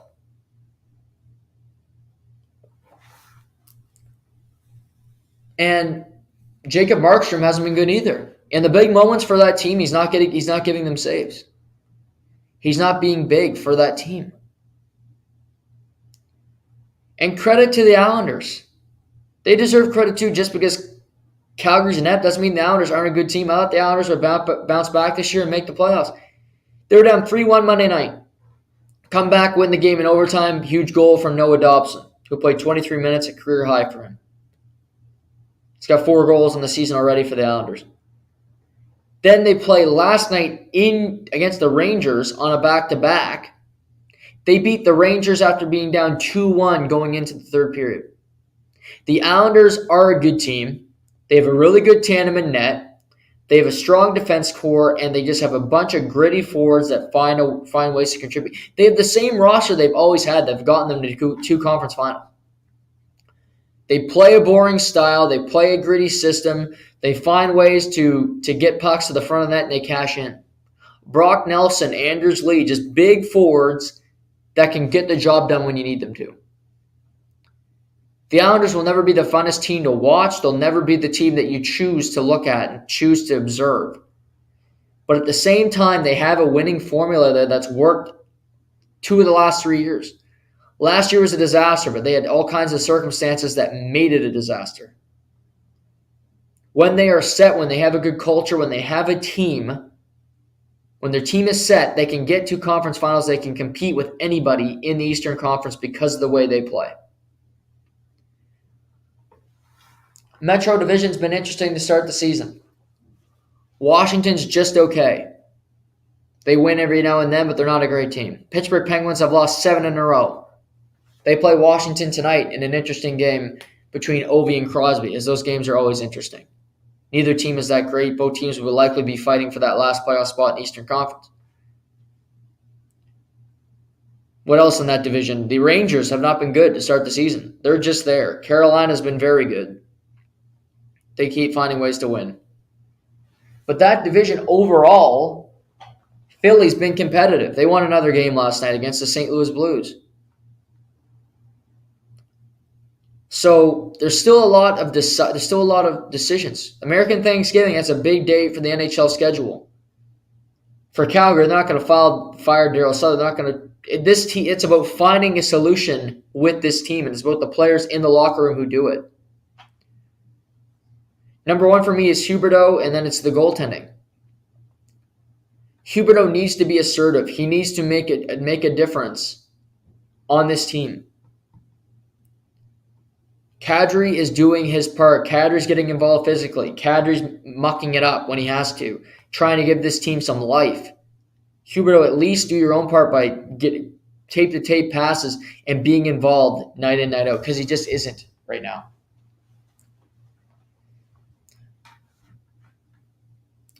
I watched a bit of Canucks Sens. I watched a lot of different games last night. Canucks Sens was interesting. The coaching hot seat game. You also have Montreal Detroit, which I'll touch on in a second. Canucks Sens. The Canucks, you had Jim Rutherford comes out and says, I don't think our team plays with any kind of structure, basically criticizing Bruce Boudreau for the way he's coached the team. We don't play with any structure. We don't play with any discipline. And my thoughts are twofold. You're right, and no shit. Anybody who watched that game last night, the first 40 seconds, Alex DeBrincat sets up Drake Batherson to make it 1-0 Ottawa. Why? Because it was a set play that Vancouver was sleeping on, not prepared for. But they couldn't get it done. But after that, the rest of the game, the Senators were by far the better team, but the Sens have lost 6 or 7 in a row now. And DJ Smith's been the head coach there for 4 seasons. They've never made the playoffs. Pierre Dorion is he's never fired that bullet. He's given his vote of confidence to DJ Smith in Ottawa. DJ Smith was the defensive coach for the Leafs under Mike Babcock. I think he's a good coach. But I look at the Sens team, and I don't love the way they play either. Their defense core is appalling. When you have a defense core with Hamonic, with a kid and Jake Sanderson, who's actually pretty good, with Zaitsev and Hamonic on the same defense pair, this should make you scream. You have Claude Giroux, who cheats more than almost any forward in the NHL. DeBrincat, who loves to cheat as well. You have a bunch of forwards that don't really care to back check. You have a defense core that isn't that good, and then you have a goalie in Cam Talbot last night that looked like he'd been out for about 10 drinks before he got in the net. You are in trouble. Ottawa is notorious for their poor starts, and it's happened again. We are in mid-November, November 10th tomorrow. We're almost midway through this month, if you can believe it. And they have poor goaltending. They have bad systems. They're having good seasons for people. Tim Stützle's having a decent start. Drake Batherson scoring goals. DeBrincat setting people up. They can score goals with people. They can't keep them out of their net. Cam Talbot, since coming off IR, has not been good. And they can't seem to make any kind of right play. I mean, watch Canucks Sens last night was like watching 2 drunk teams that have no structure, and it's just offensive to the game of hockey. Travis Hamonic still being on a roster offends me. But I see we got on the line, I don't know who the hell this is. Looks like Magnum PI meets Ron Burgundy meets Ron Jeremy, but we're happy to bring him in. Shay, good to see you. I like the stash. Looks good. Thanks. Can you hear me okay?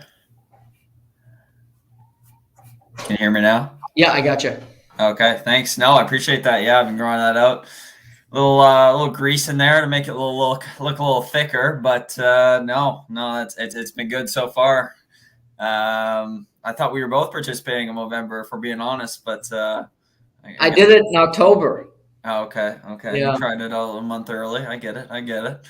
Still growing out the lettuce though, which is looking a little I'd say a little aggressive today. That's Yeah, what we'll call it that. it's some days it's hard to control. It's got a mind of its own. It's not the best day for the lettuce. I don't, I can only do so much. I can only do so much. Growing out the beard from November, I think maybe. Oh, okay. Okay. I But like it. I I like it. wanted I wanted to ask you because I didn't hear from the source. Is it true that you've made a different career choice for yourself lately? I've transitioned into one of the bigger employers here in New Brunswick. I'm not going to say who, but I think everyone kind of understands who's listening, who it probably is. So yeah, I made a switch this week. This is my first week. Obviously, still adjusting to not only to that, but just to schedule a difference of more. I have more flexible hours, I guess, where I was at before, where I can work from home and do that. So that's why I'm on a little late. I know you're running a little late here, so we probably won't get to too many topics. But whatever you feel we want to talk about, just hit me up. I'm pretty ready with whatever. Okay, let me ask you. Oh, I wanted to ask you this to start the show because I texted you this last night. Okay. I teased this to the listeners earlier. I asked you because I was watching your Leafs choke away a game last night, but before they choked it away, I Yes. was impressed with their play. And I said, there's a player on the Leafs roster that I'm really starting to like. And I liked him before, but I like him even more now. Okay. Getting a bigger crush. I might take him out, buy him a nice dinner. And I didn't tell you who it was, but I'd let you sit on it overnight, let it percolate, and really get it into your fibers of your brain. So, which Leaf player do you think that Noah Warren is flirting with right now? I think if there had to be one, I would say it's one David Camp. You'd be correct. Okay, I You'd be thought so. correct. He's your type of player. He's gritty. He's both. He does it on both ends, but he's played really well to start the year. I can't. Yeah. I'm not even going to argue with that. It was either him or Bunting, but I didn't know. Bunting sometimes flops a little too much, so I didn't know if you'd appreciate that.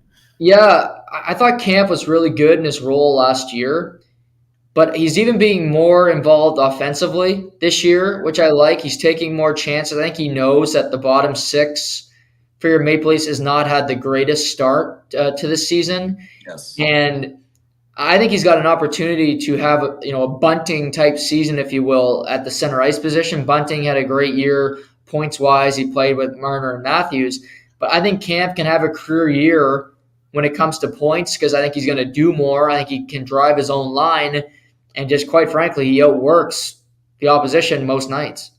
Yeah, I have to agree. You see Ubel Kubel, the former Stanley Cup champion for Colorado, he was put on waivers. He was claimed. So, yeah, they're really going to need somebody in that bottom six role to produce. Kerfoot has been playing back up with Matthews and Marner Yeah. for shifts. So, if I don't know if that's a role they want to put him with or they like Bunting in that role. But no doubt about it, Camp is going to have to pick it up. He's got 6 points already. He's got 3 tucks.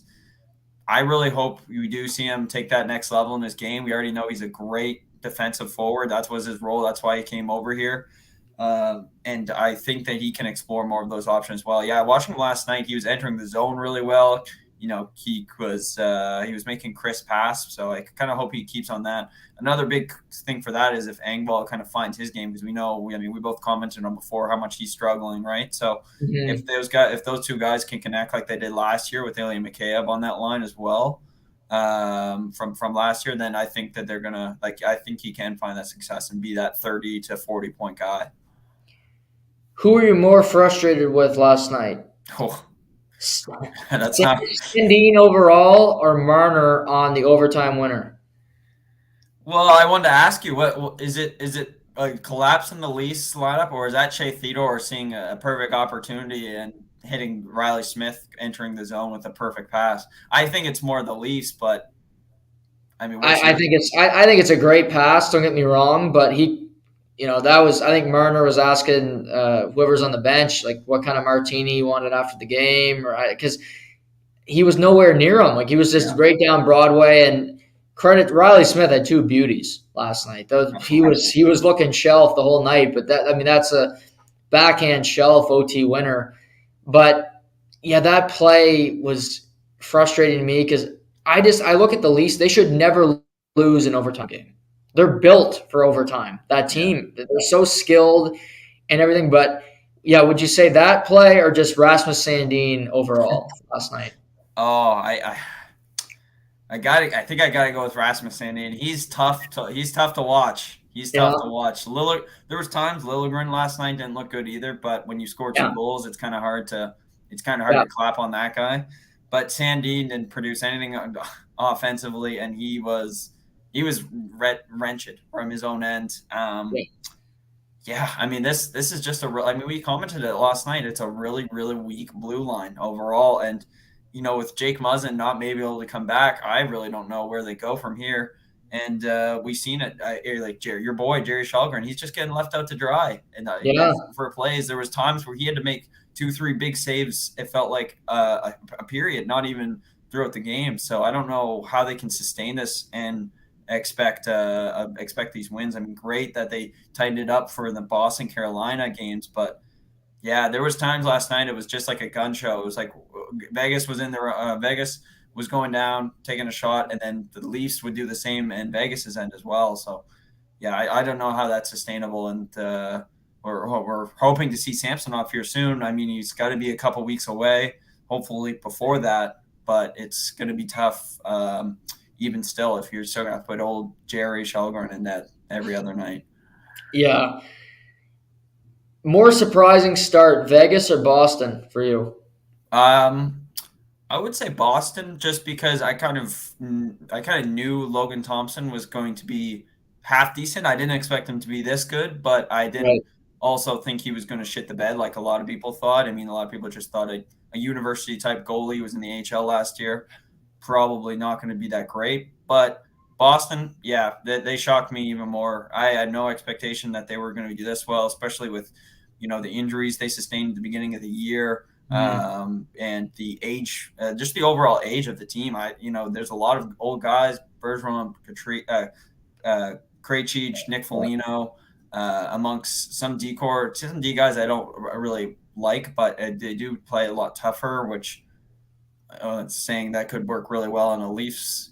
A couple of those guys would work really right now in Leafs jerseys, but yeah, no. So I think that's the biggest surprise for me. And their goaltending has been okay. It hasn't been spectacular, but I think it has been pretty good, which is definitely helped them. Most likely to continue their hot start throughout the whole season, potentially make a playoff. These New Jersey, Detroit, or the Kraken. Oh, I thought you were going to say Buffalo for a second, but And I oh, I'd say New Jersey, just because overall they have more talent than those other two teams. I think Detroit's up and coming, and they're going to be an unbelievable team in a couple of years. In fact, they're my underdog team for the year. mhm, But I think New Jersey definitely has the skills. I mean, they've got what? They've got like 2 or 3 first overall picks on that team. They yeah, should be good, and they should be a playoff team. I think you're going to see the downfall of Washington come out really shortly, and the overcoming of New Jersey. It might be this year, it might be next year. I'm not sure, but yeah, I mean, they're projecting that laying in. You know, they have a lot of good teams. But getting Miles Wood back is a sneaky good addition to this team because right. he's tough, but he also has that sneaky skill that not a lot of guys can see up front. And even though he's a depth piece, he's a really good contract. And yeah, he's a player that you appreciate having on your squad. He's having a good year.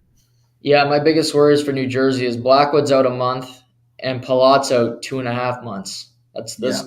That's a Palat's a big loss, but I agree. Bratt is a fantastic player. He's always got the puck. He's finding guys. He's got some mitts. He's got some cash and he's got some mitts. But I get credit to the Kraken Yeah. because they keep finding ways to win. Shane Wright continues to be in a healthy scratch, and that just nobody's talking about it but me. But I'll continue to Is talk that about not the most evident management versus coach? I mean, there's probably more. Like we can go on Vancouver in the comments that Jim Rutherford said this week to say yeah, coach, but I mean that has got to be the most obvious bunting of heads when it comes to that type of scenario, right? Mhm. In your mind, or is there? Did you already comment on this? Is there anything more you Yeah. can add? I didn't touch on it today. It's incredibly it's Dave Haxtell clearly just hates him. He can't play him. Like he might love him in a year, but I think he looks at the Seattle team and he's like, well, why maybe we can make the playoffs. Like we're in a weak division. Anaheim stinks. San Jose stinks. LA, I love them, but they piss me off every night I watch them. Um, Vancouver stinks. Calgary stinks. Edmonton's not very. I mean, you get hot and you never know. And I think for him, Shane Wright might be good next year, but he might be fired by next year because if they go 0-2 and they don't come close to making the playoffs the first 2 years, they might look at a coach that's available and say, okay, let's get a guy that we know is a proven winner, and Dave Haxtell can go be an assistant in Fort Wayne. Yeah, I love it. I love the confidence that he's brewing on this team. And I don't appreciate all the players on the team, but I do got a soft spot for guys like Jaden Schwartz, the Yanni Yeah, Gourds, who do work really hard. They're veteran. They've been around the league. They've got cups, and obviously they were giving these aspirations to younger players like Matty Beniers, the yeah. Vince Dunns, and they're saying, "Listen, you guys can do this too, and we're going to show you the way." So it is really interesting. But yeah, that I mean, is Vancouver going to be paying 3 coaches? I don't even understand it. That's the only reason why I don't think Brucey gets fired because I think their owner's too cheap to do it. But Jim Rutherford's basically saying, "Could you please fire this bastard?" Like he must have asked him already, and Oh he's like, yeah, "No, we're not firing him." So he's just doing everything he can to throw shit on him.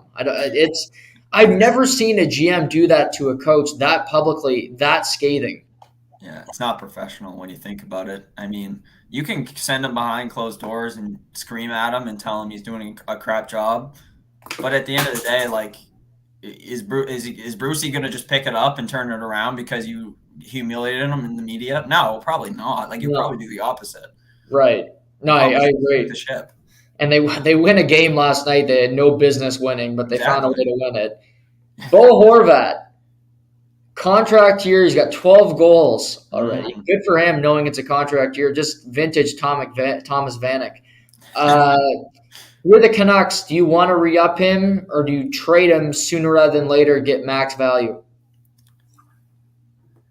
Oh, that's a toughie. Knowing that you're probably gonna have some big contracts around the corner and Mhm. your superstar players, I would probably look into the options, and I would look into trading him. It'd be for his contract, you're gonna get a big deal. You got a second line center who's a proven 20, 30 goal scorer.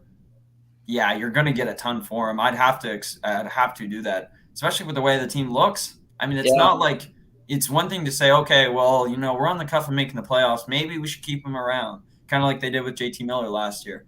Oh, we're almost a playoff team. We could be better next year. Well, we've seen this 2 years in a row. Is Vancouver going to be better next year? Probably not. They're locked into terrible deals like the OEL contract, the Connor Garland contract, and among Besser. others. What's Mm. that? Besser. Oh, Besser's contract, he's been god awful this year. So I would have to expect that they have to take a look and say, listen, we got to. He's playing well, really well right now. We got to take a look and see what we can get. He could be first and maybe a prospect, and you still got to Mhm. exercise that option because, quite honestly, I mean, what else are you going to do? He might even look at his options himself. Do you think if you're looking at Bo Horvat, do you think you're going to re-up it at the end of the year if you can? I think the only way he does it if he gets a check he really loves. Yeah, Like I I think agree. JT Miller's first choice wouldn't have been to stay in Vancouver, but he got 8 years and he got a big check. He got a big ticket, so he'll stay and say maybe they'll trade me. Yeah, yeah, no, exactly. Yeah, and he's So he's almost 30. I mean, yeah, Horvat's still kind of. I mean, he's been in the league for what 9 seasons, 8 seasons, so he's kind of getting up there too. So any big contract that kind of flops down on him that could be it. A sneaky good team that he could sign with, maybe next year. That's kind of had success this year would be Philadelphia. right. Mhm. They're going to lose the JVR contract at the end of the year. He could substantially make that, or maybe a little bit more, and Right. he'd be a better pace than JVR. But yeah, that's something I thought of earlier this week, and in places he would go. But obviously, for him, he's looking to get onto a contending team, which is probably his end goal. First coach to be fired: Brucey, DJ Smith, Craig Berube.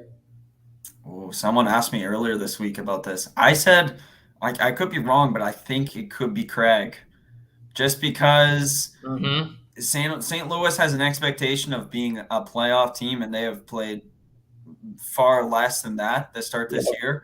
Now, Yep. could they turn it around? I think so. I think that could be possible. But could they do it with another head coach would be the only thing. Because I think you could enter someone in that has a less standard. I know Trot said he's only doing maybe a 6, you know what I mean? The original 6. But you've got a great team like St. Louis that's already a playoff caliber I think team. he'd take that job. I think It's he a would take good that. gig, man. Yeah, St. Louis it's a isn't a really bad good city gig. to live in either. No, not at all.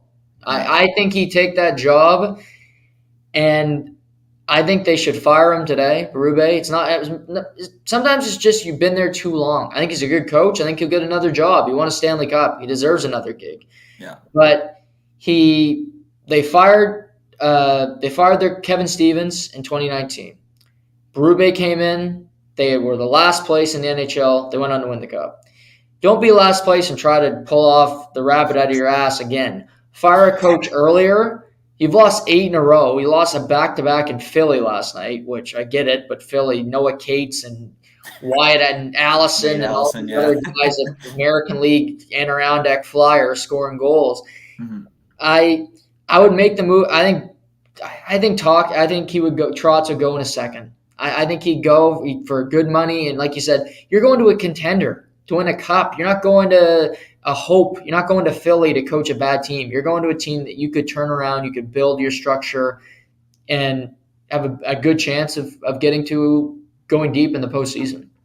Yeah, I'm a fan, but I'm not. I'm also not eccentric. I know that the Leafs are not the best option for Trotz if he's looking to win a Stanley Cup. Like St. Louis has got a far better with the way Colorado's looking kind of shaky with injuries. I think they'll pick it up in the playoffs, but yeah, St. Louis has got a window here, and if there's any guy who can kind of turn that around, I think it would be him. And for Union, DJ Smith, I mean, we didn't even touch on him, but like it's not his fault. Half his team is hurt, and then the other half is just absent. Like they don't have any D-men. Like they just don't have a solid D-core, and that's not his fault. Like he can only play the players that he has, right? Right.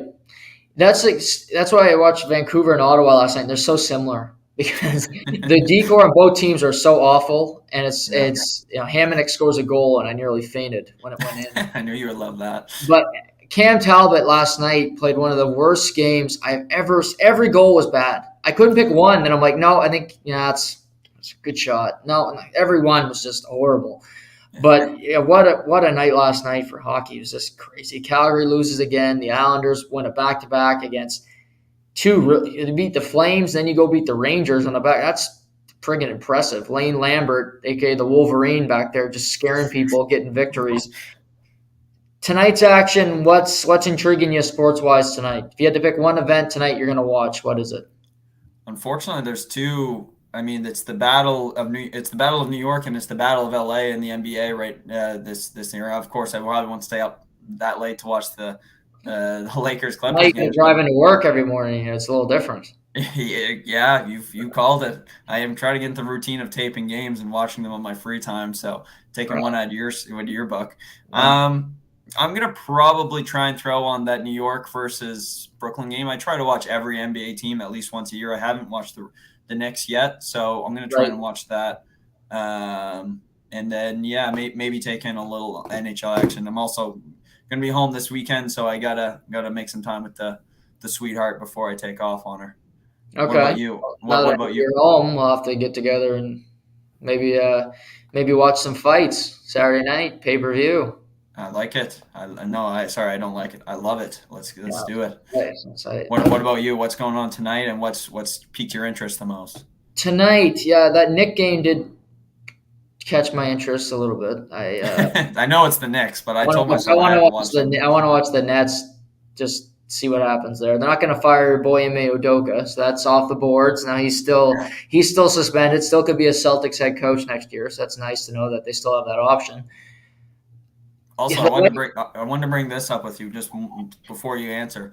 Yeah. How bad is it that Udoka's out and Will Hardy is just soaring high? He's like an eagle. Like they were like, you know what? Just spread your wings. Whatever happens with this team happens. Right. And look, being a Boston fan, I mean, obviously I love the guy we have right now. He's done a pretty decent job, I would say, besides a couple small things. But Will Hardy is just soaring high. He's like an eagle. Like he's there like, you know what? Just spread your wings. Whatever happens with this team happens. And he's and look, being a Boston fan, I mean, obviously I love the guy we have right now. He's done a pretty decent job, I would say. Besides a couple small things. But if we had Will Hardy, it would be like, yeah, we don't need you, Doka. You could like get rid of him. Right. That's an early reaction, but I mean that's just how I feel. I'm That's sorry. hell of a play by Danny Ainge for knowing good coaches because he saw him and he's like, I'm taking him. Like, I'm taking him from you. And Yeah, Utah, I mean, they're 9-3. I can't believe I they're a know. good basketball team too. Like, I don't know. They're impressing me. There's a lot of just average teams. Everybody's 5-5 in the NBA, Yeah, right? 5-6, six Other than the five, all of Lakers, them. who just stink. But LeBron's shooting worse from three than Russell Westbrook, which, boy, vey. But yeah, tonight I can't watch the Canucks 2 nights in a row. I just can't psychologically. I'll probably catch a little bit of it, but Montreal, Okay. Slafkovsky will likely be suspended. I don't think he should be, but then He again, did. He got suspended 2 games. Matt Luff turned. Okay. Matt Luff Yeah. for 10 to 12 weeks. Who cares? Nobody knows who Matt Luff is. His Yeah. parents probably don't even care. But I also want to watch Sid versus Ovi. He's always fun. Too decent to Pittsburgh's lost 7 in a row, so you got to find a way to win a damn game because they Right. got Washington tonight, the far easier opponent before they get your Leafs Friday night in the Hall of Fame game. The Leafs always play hard in the Hall of Fame game. It's always a loud crowd at Scotiabank, which is a rarity down there. So I'm looking forward to seeing those two teams this evening as well. I also wanted to give you a new TV show that I think you should Okay. check out. I need Not a new something. TV show, but I found it. I was on Amazon this weekend because I was told that you should read before you try to sleep. Because as I documented to you, told the audience, I haven't been sleeping much the last 3 months. So I bought about 6 books and I was on Amazon. I have an Amazon Prime Video subscription, which I don't use that often, but then I realized how good of a platform it is. It is good.